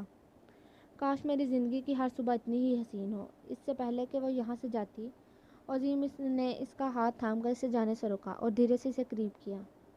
اس کے اتنے قریب آنے پر حرمت نے آنکھیں میچ لیں۔ اسے عظیم کی پرحدت سانسیں اپنے چہرے کا طواف کرتی ہوئی محسوس ہو رہی تھیں۔ پورے وجود میں کپکپی سی طاری ہوئی۔ عظیم نے نرمی سے اپنے لبوں سے اس کی شبیہ پیشانی کو چھو کر اپنی محبت بھرے لمس سے معتبر کر دیا۔ ہماری نئے ساتھ کی پہلی صبح مبارک۔ اس کی بھاری آواز نے اس کے کانوں میں رس گھولا۔ یہ کہتے ہوئے عظیم کے لب ہلکا سے اس کے کان کی لو سے مس ہوئے۔ حرمت نے دھیرے سے اپنی آنکھیں کھولی اور اپنا احساس دلائے وہاں سے جا چکا تھا۔ اس نے گہرا سانس لی اور اپنی منتشر حواس بحال کیے۔ سب کے اٹھنے سے پہلے حرمت سب کی پسند کا ناشتہ تیار کر چکی تھی۔ سب تیار ہو کر ناشتے کے گھر سے ڈائننگ پر آئے تو اس نے سب کو مشترکہ سلام کیا۔ ناز اور حریم نے بھی اسے پیار اور دعائیں دی۔ حرمت، یہ کیا تم تیار نہیں ہوئی؟ ناز نے اس کے سادہ سے حلیے کی طرف دیکھ کر پوچھا۔ صحیح کہہ رہی ہیں آپا، کہیں سے بھی پہلے دن کی دلہن نہیں لگ رہی، یوں ہی سر جھاڑ منہ پھاڑا یا پھر رہی ہے۔ حرمت نے شکایتی نگاہوں سے اپنی ماما کو دیکھا۔ ماما، بچے بڑے ہو چکے ہیں، سب دیکھتے ہیں۔ ویسے بھی مجھے یہ سب چونچلیں کرنا پسند نہیں، اس نے جون دل میں آیا صاحب گوئی سے کہہ دیا۔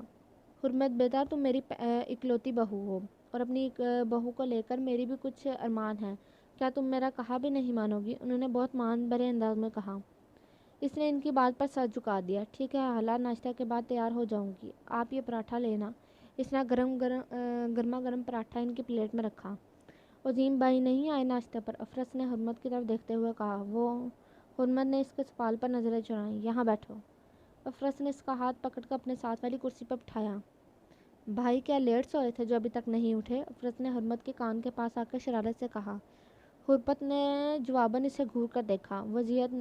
وہ دان نکالنے لگی تو حرمت بھی مسکرا دی۔ آؤ مل کر ناشتہ کرتے ہیں، اس نے مزید سوالات سے بچنے کے لیے اسے مصروف انداز میں کہا۔ بابا، آپ نے لاسٹ ویک پرامس کیا تھا ہم دونوں کو سوئمنگ سکھائیں گے۔ جی ماموں، پیام ٹھیک کہہ رہا ہے، میں بھی آپ کو یہاں یاد دلانے آیا ہوا تھا۔ ہاتھ بولا، اوکے آؤ۔ وہ جو صوفے کی پشت سے ٹیک لگائے لاؤنج میں موجود LED پر نیوز سن رہا تھا، ریموٹ ایک طرف رکھ کر بولا، پھر اپنی جگہ سے اٹھا تو پری بھی اس کے ساتھ ہو لی۔ بابا، میں بھی آپ سب کو سوئمنگ کرتے ہوئے دیکھوں گی، پریشا نے چہکتے ہوئے کہا۔ عظیم نے پری کو آنکھوں سے کچھ اشارہ کیا، جواباً پری نے بھی اسے آنکھوں سے اشارہ کر کے تسلی دی۔ ماما، آپ بھی چلے نا ہمارے ساتھ باہر پول کے پاس، ہم دونوں مل کر بابا، پیام اور ہاتھ کو دیکھیں گے۔ پریشا نے حرمت کا ہاتھ تھام کر اسے اپنے ساتھ آنے کے لیے کہا۔ آپ لوگ جاؤ، میرا من نہیں۔ اس نے انکار کیا تو پری کا منہ بن گیا۔ چلی جاؤ حرمت، باہر تک تو جانا ہے اور جا کر بیٹھنا ہی ہے، تم نے کون سے پہاڑ توڑنے ہیں؟ بچی کا دل مت دکھاؤ، حریم نے اسے ٹوک کر ذرا ڈپٹنے کے انداز میں کہا۔ وہ بے دلی سے اٹھ کر ان سب کے پیچھے پیچھے باہر آ گئی۔ وہ دونوں پول سے ذرا دور رکھی ہوئی کرسیوں پر بیٹھ گئیں۔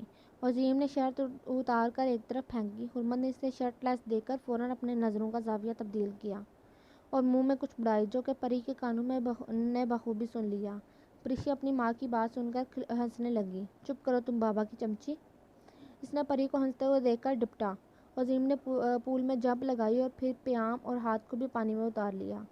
وہ ان دونوں کو سوئمنگ سکھانے لگا۔ بے شک وہ کچھ دور تھا، مگر دھیان اس کا سارا وہاں تھا جہاں حرمت موجود تھی۔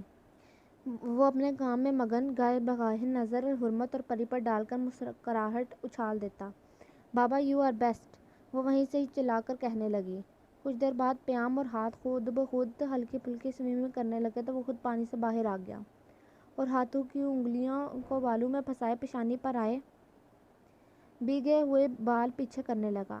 پری بھاگ کر ٹاول لیے اس کے پاس آئی۔ Thank you. عظیم نے اس کے گال پر پیار کرتے ہوئے اس کا شکریہ ادا کیا۔ ویلکم۔ وہ بھی مسکرا کر بولی۔ ویسے بیوٹی کیا کہہ رہی تھی میرے بارے میں؟ عظیم نے اپنی رپورٹر سے خفیہ رپورٹ لینی چاہی۔ بابا، ایک بات بتاؤں؟ اس نے خفیہ انداز میں اس کے کان کے پاس آ کر کہا۔ ہمارے گھر میں نا ذرا الٹا حساب ہے، بیوٹی میرے بابا ہیں اور بیسٹ مما۔ اس کی بات سن کر عظیم بھی جی جان سے مسکرا اٹھا۔ یہ بات بقول تمہاری بیسٹ مما نے سن لی نا تو ہم دونوں کی خیر نہیں۔ چھوڑیں بابا، انہیں کس نے بتانا ہے، یہ تو ہم دونوں کا سیکرٹ ہے نا، اس نے سمجھداری سے کہا۔ ہاں وہ تو ہے، اس نے بھی اس کی ہاں میں ہاں ملائی اور ٹاول ایک طرف رکھا۔ اصل بات تو بتاؤ، میرے بارے میں کیا کہہ رہی تھی؟ اس نے پھر بات آمنے سامنے پوچھا۔ چھوڑے ماما، سن کر ہنسیں گے، اگر ہنسنے والی بات ہے تو ضرور سنوں گا۔ آخر وہ کب سے ہنسنے والی باتیں کرنے لگی؟ کہہ رہی تھی سلمان خان پارٹ 2 شرٹ اتارے بغیر سوئمنگ نہیں ہوتی، جیسے باڈی دکھانے کا بڑا شوق چڑھا ہے، اور ہاں آخر میں زور سے ہوں بھی کیا تھا۔ باقی باتیں تو ٹھیک ہیں، مگر یہ آخر میں جو ہوں کیا نا، یہ بڑی غلط بات کی اس نے۔ کیوں پری؟ بالکل ٹھیک کہا۔ دونوں نے حرمت کی طرف دیکھا۔ دونوں کی جانیں ایسی کون سی لمبی چوڑی گفتگو تھی جو ختم ہونے کا نام ہی لے رہی تھی۔ وہ کتا کر اندر کی طرف چل گئی۔ افرس کو آج بھی وہ دن اچھے سے یاد تھا۔ وقت کی گھٹن روبرو روز بروز بڑھتی چلی جا رہی تھی۔ اس کی 1 سالہ شادی شدہ زندگی جمود کا شکار ہو چکی تھی۔ بلاج کی اجنبیت کی دیوار گرنے کی بجائے اٹھتی چلی جا رہی تھی۔ وہ اپنی ذات سے بے نیاز بلاج کے اس رویے کی وجہ جاننے کی کوشش میں ہلکان ہو رہی تھی، مگر کوئی اس کا سرا ہاتھ نہیں آ رہا تھا۔ جب سے اس کی شادی بلاج سے ہوئی تھی، تب سے اس نے اس شادی کو پوری ایمانداری سے نبھایا تھا۔ اس کے دل میں کوئی کھوٹ نہ تھی، مگر اچانک بلاج کو جانے کیا ہوا کہ اس کی ذات سے مکمل بے نیاز ہو گیا تھا۔ اپنی شادی شدہ زندگی کے گرداب میں پھنسی ناؤ بے چین کیے دے رہی تھی افرس۔ بلاج نے اسے تیسری بار پکارا۔ وہ جوں سوچوں میں بری طرح غرق تھی، اچانک سر اٹھا کر دیکھا۔ یہ لو، اس نے خاکی انویلپ افرس کی طرف بڑھایا۔ وہ یہ دیکھ کر پریشانی کا شکار ہوئی۔ دماغی الجھن تھی کہ بڑھتی چلی جا رہی تھی۔ اس میں کیا ہے؟ وہ بلاج کی طرف دیکھتے ہوئے اپنے دل میں ابھرتا سوال زبان تک لائی۔ میں تمہیں کسی دھوکے میں نہیں رکھ سکتا، مگر اتنا حق تو تمہارا بنتا ہے نا کہ میں تمہیں کچھ بات تو بتا سکوں۔ اس نے چلتے ہوئے اپنی بات کہی۔ میرے پھپھو کی جائیداد تو تمہارے باپ نے تمہارے نام کی تھی۔ وہ رکا، پھر بولا۔ وہ میں تم سے اپنا نام لگوا چکا ہوں۔ جس مقصد کے لیے میں نے تم سے شادی کی وہ پورا ہو چکا، تو تمہارا یہاں رکنے کا کوئی جواز نہیں بنتا، اس نے سرد و سپاٹ انداز میں کہا۔ افرس نے فک نگاہوں سے اسے دیکھا۔ یہ آپ کیا کہہ رہے ہیں؟ مجھے کچھ بھی سمجھ نہیں آ رہا، اس نے بھیگے لہجے میں کہا۔ یہ سب تم اپنے باپ سے جا کر پوچھنا، میرے پاس سمجھنے سمجھانے کی فراغت نہیں، اور یہ طلاق کے پیپر ہیں، تم جا سکتی ہو یہاں سے۔ آخری بات تھی کہ سور جو اس کے کانوں میں پھونکا گیا تھا، اور ہمارا بیٹا ہاتھ۔ کچھ دیر بعد وہ اپنی سوکھی ہوئی زبان کو ترک کرتے لڑکھڑائی ہوئی آواز میں بولی، لے جاؤ اسے ساتھ، مجھے اس کی اور تمہاری کوئی ضرورت نہیں۔ میری پہلی شادی سے بیوی بچے موجود ہیں میرے پاس۔ سوئمنگ سے فراغت کے بعد وہ سب لان میں موجود چائے کے ساتھ لطف اندوز ہو رہے تھے کہ میز پر پڑے عظیم کے موبائل پر بابا کالنگ جگمگانے لگا۔ اس نے فون کال ریسیو کی۔ السلام علیکم بابا، کیسے ہیں آپ؟ خیر و عافیت سے پہنچ گئے؟ وعلیکم السلام بیٹا، میں بالکل ٹھیک ہوں اور بخیر و عافیت پہنچ گیا ہوں۔ جس طرح عظیم نے ایک سانس میں سوال کر ڈالے، اسی طرح فلک شیر نے بھی اسی کی ٹون میں لہجے میں بشاشت لاتے ہوئے جواب دیا۔ عظیم، میں نے تمہیں کچھ خاص بتانے کے لیے کال کی ہے۔ وہ مدعے کی بات پر آئے۔ جی بابا بتائیے، کیا بات ہے؟ اس نے پوری توجہ ان کی جانب مبذول کی۔ کل تمہارے ڈریم پروجیکٹ کا فیصلہ ہے جس پر تم نے اتنی محنت کی۔ دیکھو کل کیا فیصلہ ہوتا ہے، اس لیے کل تمہیں ہر صورت یہاں پہنچنا ہوگا۔ جی ٹھیک ہے ڈیڈ، میں رات کی ٹکٹ کنفرم کروا کر وہاں پہنچتا ہوں۔ آپ بے فکر رہیں، میں وقت پر پہنچ جاؤں گا۔ صحیح ہے، پھر آنے کی تیاری کرو، اور ہاں بچوں کو میرا پیار دینا۔ جی ڈیڈ ضرور۔ کہاں کی ٹکٹ کنفرم کروانے کی بات کر رہے ہو؟ ناز نے پوچھا۔ ماما لگتا ہے بھائی ہنی مون ٹرپ پلان کر رہے ہیں، افرس نے بولا۔ حرمت نے سرپٹا کر ادھر ادھر دیکھا۔ عظیم اس کی سرپٹاہٹ انجوائے کرتا ہوا دھیرے سے مسکرایا، پھر نظروں کا رخ اپنی ماما کی طرف پھیرا۔ ماما ترکی جا رہا ہوں ایک اہم پروجیکٹ کے سلسلے میں۔ لو بھلا، یہ بھی کوئی بات ہوئی؟ کل شادی ہوئی اور آج تم پھر سے آفس کے جھمیلوں میں پھنسنے کے لیے تیار بیٹھے ہو۔ مام، امپورٹنٹ نہ ہوتا تو نہیں جاتا، 2-3 دنوں کی بات ہے۔ اچھا آپ بتائیں کیا کروں؟ وہ ان کی خفگی کے خیال سے بولا۔ تم ایسا کرو کہ حرمت کو بھی اپنے ساتھ لے جاؤ، اس کی بھی آؤٹنگ ہو جائے گی۔ انہوں نے سوچ کو اپنا خیال پیش کیا۔ مما آپ اپنی بہو سے پوچھ لیں وہ جانا بھی چاہتی ہے یا نہیں۔ اس نے سارا ملبہ اس پر ڈال دیا۔ حرمت اس کی بات پر خاموش تھی مگر اندر ہی اندر پیچو تب کھا کر رہ گئی۔ وہ اس کے اندرونی کیفیت خوب سمجھ رہا تھا، دل ہی دل میں خوب ہنسا مگر چہرے کے تاثرات نارمل رکھے۔ اس بیچاری بچی نے کیا کہنا ہے، نخرے تو تمہارے ہیں۔ کیوں حرمت؟ انہوں نے حرمت کی طرف دیکھتے ہوئے کہا اور مان سے پوچھا۔ تو وہ توپوں کا رخ حرمت کی طرف دیکھ کر اس بار وہ کھل کر مسکرایا۔ جی خالہ، بمشکل اس کی آواز نے اس کا ساتھ دیا۔ تو چلو اپنی اور اپنے شوہر کی پیکنگ کر لو۔ مگر خالہ بچے اب بڑے ہو گئے ہیں، اپنا آپ خود خیال رکھ سکتے ہیں۔ ویسے بھی افرس کے ساتھ ساتھ میں اور حریم بھی تو ہیں، دیکھ لیں گے انہیں۔ تم بے فکر ہو کر جاؤ، ویسے بھی 2-3 دن کی تو بات ہے محض، انجوائے کرو۔ چلو شاباش جاؤ۔ حرمت کو نہ چاہتے ہوئے ابھی اٹھنا پڑا۔ مجھے ابھی بھی یقین نہیں آ رہا کہ تم میرے ساتھ ہو۔ ایسا لگ رہا ہے جیسے تمہارا یہ ساتھ ایک خوبصورت خواب کی طرح ہے جو آنکھیں کھولتے ہی ٹوٹ کر بکھر جائے گا۔ جہاز کے ٹیک آف کرتے ہی وہ حرمت کا ہاتھ تھام کر نہایت نرم انداز میں بولا۔ اس نے چیخنے کے انداز میں زور سے اپنی آنکھیں میچی اور ساتھ بیٹھے ہوئے عظیم کے بازو کو ڈر کے مارے زور سے پکڑ لیا۔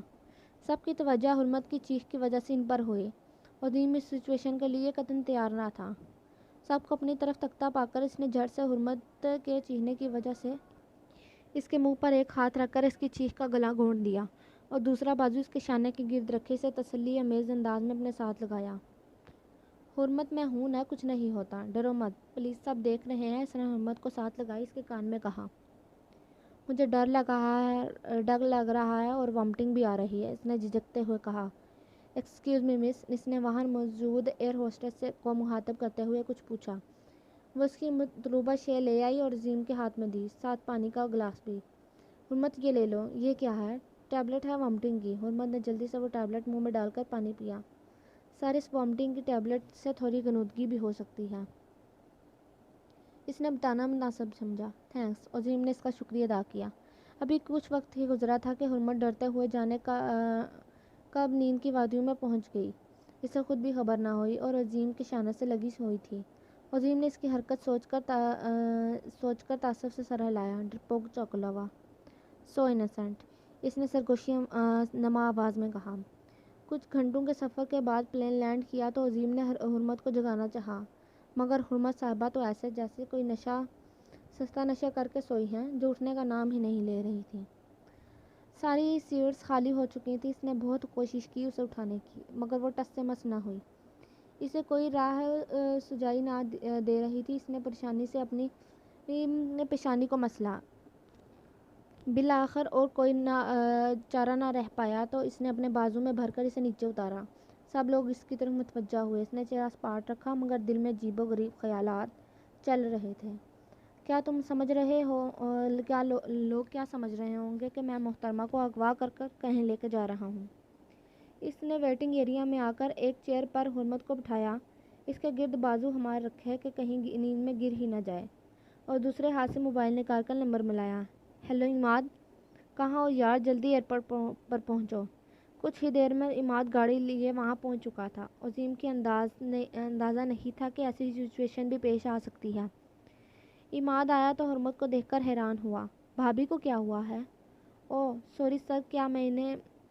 ہاں یار، تم میرے بھائی ہی ہو، بھابھی بول سکتے ہو، اس نے نرم لہجے میں کہا۔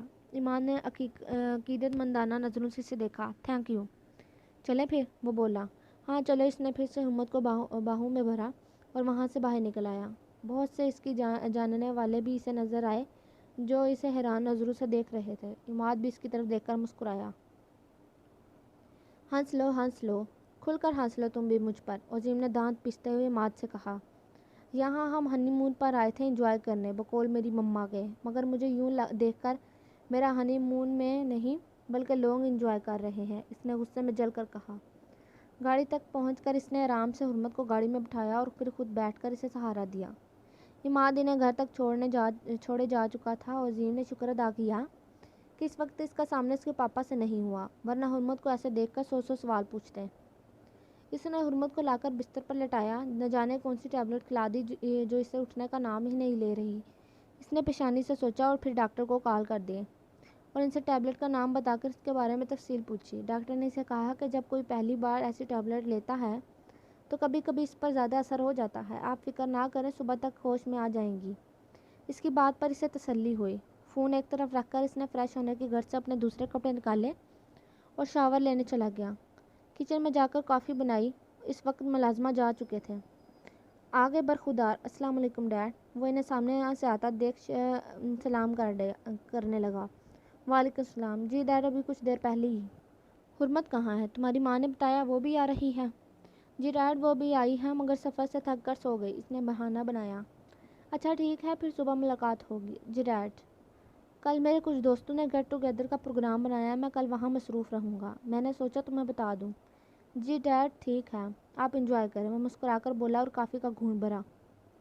چلو ٹھیک ہے، تم بھی ریسٹ کرو، کافی رات ہو گئی، کل تو مصروف رہو گے۔ وہ اس کے شانے پر ہاتھ رکھ کر کہتے ہوئے اپنے کمرے کی طرف بڑھ گئے۔ وہ کافی ختم کیے مگ رکھ کر اپنے کمرے کی طرف آیا جہاں وہ اس کے بستر کی رونق بنے پورے تمطراق سے مجروح تھی۔ عظیم کے لبوں کو مسکراہٹ نے چھوا۔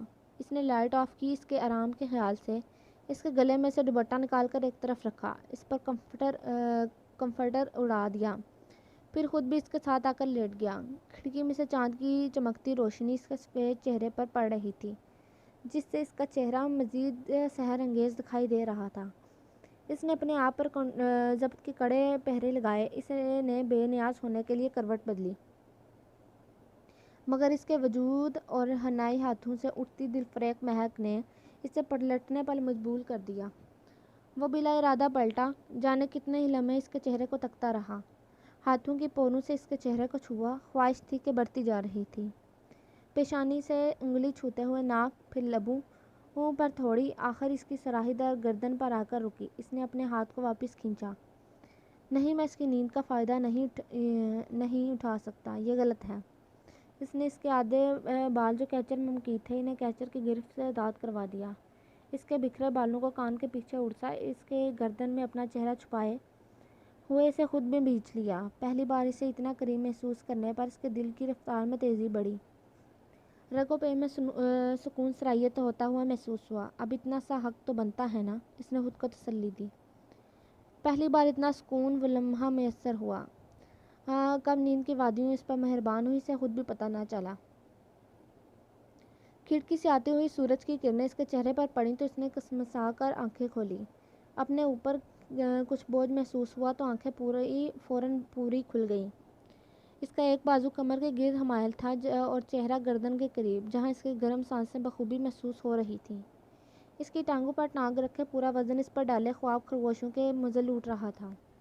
اف ہٹیں پیچھے، اس نے ہلانا چاہا، مگر وہ شاید گہری نیند میں تھا۔ حرمت نے بمشکل اس کا ہاتھ اٹھا کر پیچھے کیا اور اٹھ کر بیٹھی، اور اپنی ٹانگوں سے اس کی ٹانگ اٹھانا مشکل امر تھا۔ اسے وہ بہت بھاری لگی۔ اس نے پوری قوت لگا کر اسے اٹھا کر پیچھے کیا۔ اسے اپنے ٹانگیں وزن کی وجہ سے دکھتی ہوئی محسوس ہو رہی تھیں۔ عظیم نے ایک آنکھ کھول کر اس کی جدوجہد پر بھرپور مزہ لیا۔ اس سے پہلے کہ حرمت اس کی طرف نظر پڑتی، وہ پھر سے سوتا بن گیا۔ اس نے جب اسے پہلی بار اٹھایا تھا وہ تب ہی اٹھ گیا تھا، مگر اس کی حالت کو بھی تو مزہ لینا تھا۔ اس کی وجہ سے کل اس نے کتنی خواری اٹھائی تھی۔ وہ بیگ میں اپنا ڈریس لیے واش روم کی طرف بڑھ گئی۔ عظیم بالوں میں ہاتھ پھیر کر رہ گیا۔ ناشتہ ان تینوں نے مل کر کیا۔ فلک شیر تیار ہو کر باہر نکل گئے۔ اب وہ دونوں ہی بچے تھے۔ شام کو ایک پارٹی میں جانا تھا، تیار رہنا۔ پلیز مجھے پارٹی میں نہیں جانا، میں گھر پر ہی ٹھیک ہوں۔ بزنس پارٹی ہے، وہاں میرے ایک اہم پروجیکٹ کا فیصلہ ہونے والا ہے۔ میں چاہتا ہوں اس اہم وقت میں میری زندگی کا سب سے اہم انسان میرے ساتھ ہو۔ پھر فیصلہ جو بھی ہو مجھے کوئی پرواہ نہیں۔ میرے ہسبینڈ کے ساتھ نہیں تو اپنے دوست کے ساتھ چلو گی نا؟ وہ خاموشی سے سر جھکائے ہاتھوں میں موجود گلاس کو گھمانے لگی۔ ابھی تو شام میں بہت وقت ہے، کیوں نہ ہم کچھ شاپنگ کر لیں؟ مجھے کچھ نہیں چاہیے، شاپنگ کی کوئی ضرورت نہیں۔ مانا کہ تمہیں کچھ نہیں چاہیے، مگر پہلی بار ساتھ باہر آئے ہیں، گھر والوں کے لیے کچھ گفٹ تو لے لیں گے نا،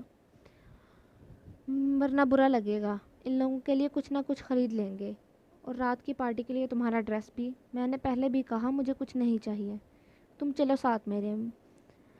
مجھے کچھ نہیں چاہیے۔ اس نے اس کا ہاتھ پکڑ کر زبردستی اسے اپنے ساتھ کھینچا۔ وہ فرنٹ ڈور کھول کر اسے بٹھایا۔ ڈرائیور مودب انداز میں پاس کھڑا تھا۔ میں خود ہی ڈرائیونگ کروں گا، آج تمہاری چھٹی۔ عظیم کے بات پر ڈرائیور صاحب کی خوشی سے بانچیں کھل اٹھیں۔ آدھ گھنٹے کی ڈرائیونگ کے بعد وہ دونوں انقرہ کے مشہور شاپنگ مال میں تھے۔ ناز اور حریم کے لیے ایک جیسے نفیس سوٹ لیے، اماں بی کے لیے شال اور افرز کے لیے اس کا پسندیدہ پرفیوم، ہینڈ بیگ، بچوں کے لیے ٹوائز، چاکلیٹس اور پری کے لیے ڈال ہاؤس۔ جانے کیا کیا وہ سب کے لیے پیک کروا چکا تھا۔ مین ڈمی پر ایک خوبصورت بلیک نیٹ کی میکسی، جس کے گلے پر ہلکا سا موتیوں اور نگوں کا کام ہوا تھا۔ عظیم کی نظر اس پر ٹھہر سی گئی۔ حرمت نے اسے وہ ڈریس پیک کرواتے دیکھا۔ یہ کس کے لیے؟ اگر میرے لیے کروا رہے ہیں تو میں یہ سب نہیں پہنتی، اور یہاں میری شاپنگ کے لیے نہیں آئے، باقی سب کی، وہ اسپاٹ لہجے میں بولی۔ سب میں کیا تم شامل نہیں؟ اب بیوی ہو تم میری، شوہر پر بیوی کے کچھ حقوق و فرائض واجب ہوتے ہیں۔ اب اگر بیوی کے فرائض ادا نہیں کرنا چاہتی تو اس میں میرا کیا قصور ہے؟ اور بے شک مجھے بھی شوہر کے حقوق، اصل حقوق سے بے بہرا رکھنا چاہتی ہو، مگر کچھ فرائض ادا کرنے کی اجازت تو دو۔ ویسے تم کہو تو سارے حقوق و فرائض ادا کرنے میں مجھے کوئی پریشانی نہیں، کرنے پر آؤں تو کیا ممکن نہیں میرے لیے؟ مسئلہ اتنا پیچیدہ بھی نہیں، وہ گمبھیر آواز میں بولا۔ حرمت نے اس کی اوشن بلو آئیز میں دیکھا۔ کیا تھا وہ شخص جو پل بھر میں زیر کرنے کی صلاحیت رکھتا تھا؟ ایک بار موقع تو دے کر دیکھو۔ اس نے حرمت کا ہاتھ اپنے ہاتھ میں لے کر پیار بھرے انداز میں کہا۔ بیہودہ باتیں مت کیا کرو مجھ سے، ماتھے پر بال ڈالے بولی۔ اچھا تو بیہودہ باتیں تمہارے سوا کس سے کروں؟ اس نے ابرو چکا کر شرارت سے پوچھا۔ بھاڑ میں جاؤ تم اور تمہاری باتیں، وہ جلا کر کہتی پاؤں پٹکتی ہوئی آگے بڑھ گئی۔ عظیم نے ہاتھ میں شاپنگ بیگ تھامے رکھے تھے اور دونوں مال سے نکل کر پارکنگ ایریا کی طرف جانے لگے جہاں گاڑی کھڑی تھی۔ روڈ سے گزرتے ہوئے عظیم ہمیشہ فٹ پاتھ پر چل رہا تھا، جبکہ حرمت نیچے۔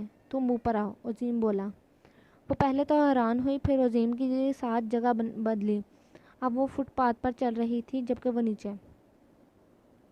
اسے نیچے چلنے کے باوجود بھی وہ اس کی ہائٹ میں لمبا لگ رہا تھا۔ اچانک اس کے ذہن میں وہ بچپن کی ساری یادیں تر و تازہ ہو گئیں، جب اس نے کہا تھا ہم جب بھی ساتھ ہوں گے وہ نیچے چلے گا اور اوپر۔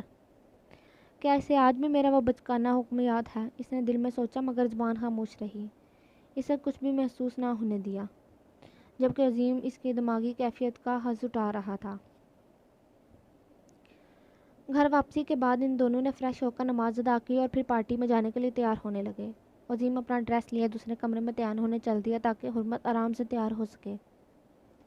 اس نے عظیم کے بار بار کہنے پر میکسی پہن تو لی تھی مگر خود کو اس ڈریس میں انکمفرٹیبل فیل کر رہی تھی کیونکہ اس کی بیگ کا گلا کافی ڈیپ تھا۔ اس نے اپنے سماج سے بلیک نیٹ کا سکارف نکال کر اپنے شانوں کے گرد پھیلایا اور اپنے لمبے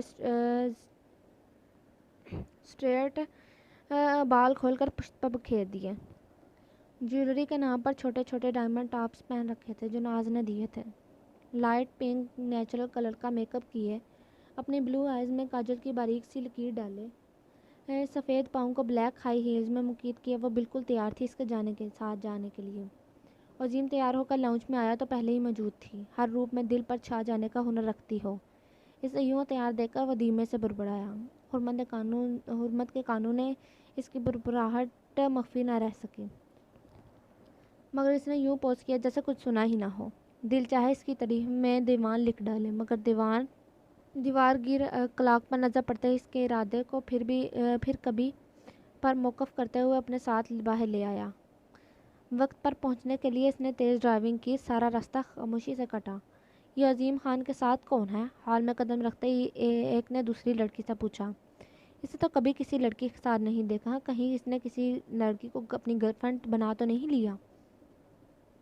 دوسرے نے ہلکی آواز میں سرگوشی کی۔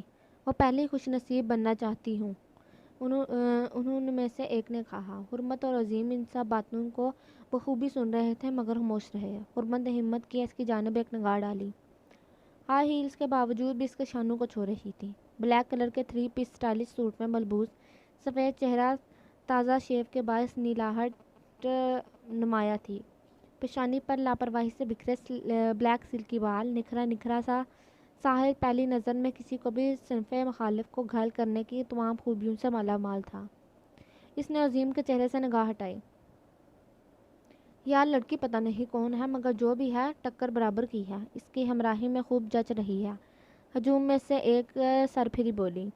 وہ کہاں عادی تھی اس طرح کے پرہجوم تقریب کی؟ عظیم نے اس کی جھنجھلاہٹ سمجھ پا رہا تھا، اس لیے اس نے ایک لمحے کے لیے بھی اس کا ہاتھ اپنے ہاتھ سے الگ نہ کیا، ایسے جیسے کسی بچے کے ساتھ راستہ بھول جانے کے خوف سے اسے خود سے لگائے رکھا۔ ہجوم کا سینہ چیرتے ہوئے لمبے لمبے ڈھپڑتا ہوا قدرے پرسکون جگہ پر آیا۔ وہ بھی اس کے ساتھ گھسٹتی چلی آئی۔ ویٹر! ایک جگہ رک کر اس نے ویٹر کو آواز دی۔ اس کے ٹرے میں موجود گلاس کو تھام کر حرمت کی طرف بڑھایا۔ ریلیکس، پی لو اسے۔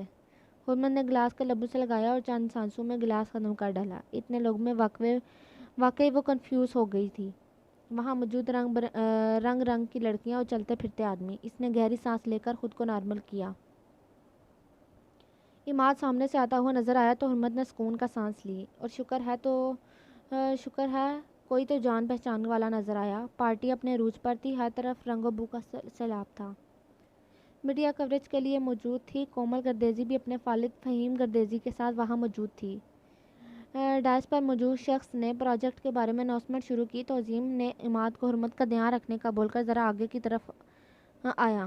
کومل کی نظر عظیم خان پر پڑی تو وہ اپنی آنکھوں کو اپنی پسندیدہ منظر سے سیر کرنے لگی۔ کاش تمہاری آنکھوں میں کوئی اپنا عکس دیکھ پاؤں، کومل نے اس کی طرف دیکھتے ہوئے ٹھنڈی آہ بھر کر کہا۔ اس کی نظروں نے عماد کو ڈھونڈنا چاہا جو کافی پیچھے ہجوم میں کھڑا تھا۔ اس کے ساتھ بلیک ڈریس میں کوئی تھی مگر صاف دکھائی نہیں دے رہا تھا۔ اس نے لاپرواہی سے بالوں کو جھٹک کر دوبارہ سے نظریں عظیم خان پر جما دیں جو سٹیج پر جا رہا تھا۔ اس دوران ہی اناؤنسمنٹ میں یہ کروڑوں کا پروجیکٹ اس سال کے businessman of the year Azeem Khan کے نام کر دیا گیا تھا۔ بھرپور تالیوں کی گونج میں اس نے پروجیکٹ کے پیپرز پر سائن کیے۔ کیمرہ مین کے کیمرے اور میڈیا کے مائکس اس کے چہرے کے قریب تھے۔ سر، آپ کی اس کامیابی کا سہرا کس کے سر ہے؟ پہلا سوال پوچھا گیا۔ میری وائف مسز حرمت عظیم خان۔ اس نے ہاتھ کے اشارے سے اسے آگے آنے کے لیے کہا۔ پل بھر کے لیے تو سب چونک گئے۔ یہ سب کب ہوا؟ سب کے لیے کسی بریکنگ نیوز سے کم نہ تھا۔ کومل جو اس کے جواب کی منتظر تھی، اس کی بات سن کر سب سے پہلے اس کو شوق لگا۔ اسے تو اپنی پوری ہستی مٹتی ہوئی محسوس ہوئی، تن بدن میں آگ لگی ہوئی محسوس ہوئی۔ عظیم کے اشارے کے تعاقب میں میڈیا اور کیمرہ مین نے رخ تبدیل کیا اور حرمت پر فوکس کیا جو بمشکل چلتی ہوئی نظریں جھکائے ہوئے اسٹیج تک آ رہی تھی۔ اس سے پہلے کہ وہ ہیل کے سار اوپر آتی، عظیم اسٹیج سے نیچے اترا۔ حرمت کے پاس آتے ہی اس کے شانوں کے گرد اپنا حصار بنایا. مائی وائف مسز حرمت عظیم خان. سر آپ نے شادی بھی کر لی اور ہمیں انوائٹ بھی نہیں کیا. میڈیا میں سے ایک نے شکوہ کیا. عظیم کے ہم وقت سپاٹ چہرے پر آج ایک فسونخیزی مسکراہٹ دیکھ کر سب چونک گئے. دور کھڑی یہ سب دیکھتے ہوئے کومل گردیزی کے دل میں بھاپڑ چلنے لگے. دل چاہ رہا تھا یہاں موجود ہر شے کو تہس نہس کر دے, آگ لگا دے سب کو. وہ تیز سے سانسیں لیتے ہوئے خود پر قابو پانے کی کوشش میں تھی. مگر اف یہ دل و دماغ کی جنگ. آج آپ سب کے لیے اپنی نئی شادی کی خوشی میں مسز حرمت عظیم خان کچھ خاص کرنا چاہیں گی؟ کیوں مسز عظیم خان؟ کومل نے ایک صحافی سے مائک لیتے ہوئے ڈائریکٹ حرمت کو مخاطب کرتے ہوئے کہا. عظیم نے تنفر بڑی نظروں سے کومل کو دیکھا جو ہجوم میں حرمت کو ڈیگریڈ کرنے کا ارادہ رکھتے تھی. عماد بھاگ کر کومل کے پاس پہنچا. یہ کیا کر رہی ہو؟ ہوش میں تو ہو تم خاموش ہو جاؤ. خاموش تو تم ہو جاؤ. عظیم خان کے ٹکنوں پر پلنے والے 2 ٹکے کے فریبی انسان. وہ گررا کر بولی. اس وقت وہ اپنے آپے میں نہیں تھی. اس کی بات سن کر عماد کو قطعاً دکھ نہیں ہوا بلکہ اس پر ترس آیا. وہ کیوں خود کو سب کی نظروں میں گرانے پر تلی تھی؟ ہال کی لائٹ صاف ہوئی اور سپاٹ لائٹ حرمت پر تھی جو اس کی نیلی ہرنی جیسی آنکھوں خوف کے باعث لرز رہی تھیں. عظیم نے ڈی جے کے پاس جا کر کچھ کہا اور کوٹ اتار کر ایک طرف پھینکا. شرٹ کے بازو کوہنیوں تک فولڈ کیے اس کے قریب آیا. اپنا ہاتھ اس کے آگے کیا. اس کے لبوں پر دھیمی سی مسکان تھی. حرمت کو کچھ ڈھارس ملی. جانے کا وہ اس کا ہاتھ تھام کر ڈانس فلور تک لے گیا. اتنے لوگوں کی موجودگی میں اس کا دل ڈوب کر ابھرا. ان دونوں کو ساتھ وہاں دیکھ کر ڈی جے نے میوزک سٹارٹ کیا. ترکی میوزک بجتے ہی حرمت نے حیران نظروں سے عظیم کی طرف دیکھا. عظیم نے اسے دیکھتے ہی شرارت سے آنکھ مینگ کی. آج سے کئی سالوں پہلے بولے گئے اس کے الفاظ اس کے کانوں میں گونجنے لگے. مفن تمہیں میرے لیے ترکش ڈانس سیکھنا ہی ہوگا. اسے آج تک میری نادانی میں کہی گئی ایک بات یاد ہے. یہ سوچ کر اپنے آپ ہی اس کے چہرے کے تاثرات بحال ہوئے. آپ کو یاد تھا؟ اپنے آپ ہی اس کے لبوں سے یہ لفظ ادا ہوئے. آپ کے منہ سے نکلی ہوئی ایک بات یہاں پر نقش ہے جناب. عظیم خان نے اپنے دل کے مقام پر ہاتھ رکھ کر کہا. ترکی میوزک سٹارٹ ہوا تو دونوں ماہرانہ انداز میں ڈانس سٹیپس لینے لگے. سب لوگوں کی نظریں انہی پر جمی تھیں. میڈ فار ایچ ادر کسی نے کہا. دونوں ایک طرف سے ایک سے بڑھ کر ایک. نہ ایک کم نہ ایک زیادہ. چاند سورج کی جوڑی. ان کے بارے میں مختلف رائے دی جا رہی تھی. عظیم خان کی آنکھوں میں دیوانگی دیکھ کر حرمت کا دل بھی عجیب سی لے پر دھڑکنے لگا. اس کی نظروں کے آہنی حصار سے خود کو آزاد ہی نہ کروا پا رہی تھی. بدن دھن سب کو اپنے ساتھ باندھ رکھا تھا. ایک جادو سا فضا میں بکھرا ہوا تھا. وہ دونوں پاؤں کے سٹیپس لیتے ایک دوسرے کے بے حد قریب تھے. عظیم براہ راست اس کی آنکھوں میں جھانک رہا تھا. کیسی تپش تھی اس کی آنکھوں میں. اسے اپنا آپ جلستا ہوا محسوس ہو رہا تھا. ایک سٹیپ میں عظیم نے بیٹھ کر فرش پر موجود اس کی مٹی کو ہاتھ سے لگا کر اپنے لبوں سے لگایا, پھر دل سے, جہاں سے حرمت کے پاؤں نے گزر کر اس مٹی کو چھوا تھا. عظیم نے اس مٹی کو چھو کر معتبر کر دیا. وہاں موجود ہر شخص عظیم خان کی دیوانگی کی حد پر ساکت ہوا. وہ سب حرمت کی قسمت پر رشک کر رہے تھے اور عظیم خان کے اس عمل پر حرمت کا دل زور سے دھڑکا. ان دھڑکنوں کی آواز نے اسے پہلے کبھی نہیں سنی تھی. اسے گمان ہوا اس کے سینے میں موجود دل آج پہلی بار دھڑکا ہے. کیا ہو رہا تھا اس کے ساتھ؟ اس نے وہاں سے بھاگ جانے کی صحیح کی, مگر وہ شاید اس کا ارادہ بھاپ چکا تھا, اسی لیے اسے اپنے مضبوط گرفت میں لے کر اسے جانے سے روکا. حرمت ساکت تھی. آخر کیا چاہتا تھا وہ؟ وہ شاید جان کر بھی اس کی آنکھوں میں نظر آتی اپنی تحریر کو پڑھنے سے انکاری تھی. عظیم کی گرم سانسیں اس کی گردن پر پڑ رہی تھی. ایسا لگا اس کا وجود شعلوں کی لپیٹ میں ہے. اس کے تن بدن میں جیسے بونچال سا آ گیا. عظیم نے اسے کسی گڑیا کی مانند کمر سے اٹھا کر اوپر کیا تو وہ اس کے شانے پر ہاتھ رکھے اسے دیکھنے لگی. دونوں ایک دوسرے کی آنکھوں میں دیکھتے ہوئے پوری طرح ڈوب چکے تھے کہ میوزک رکتے ہی تالیوں کی گونج سے وہ ہوش میں آئے. عظیم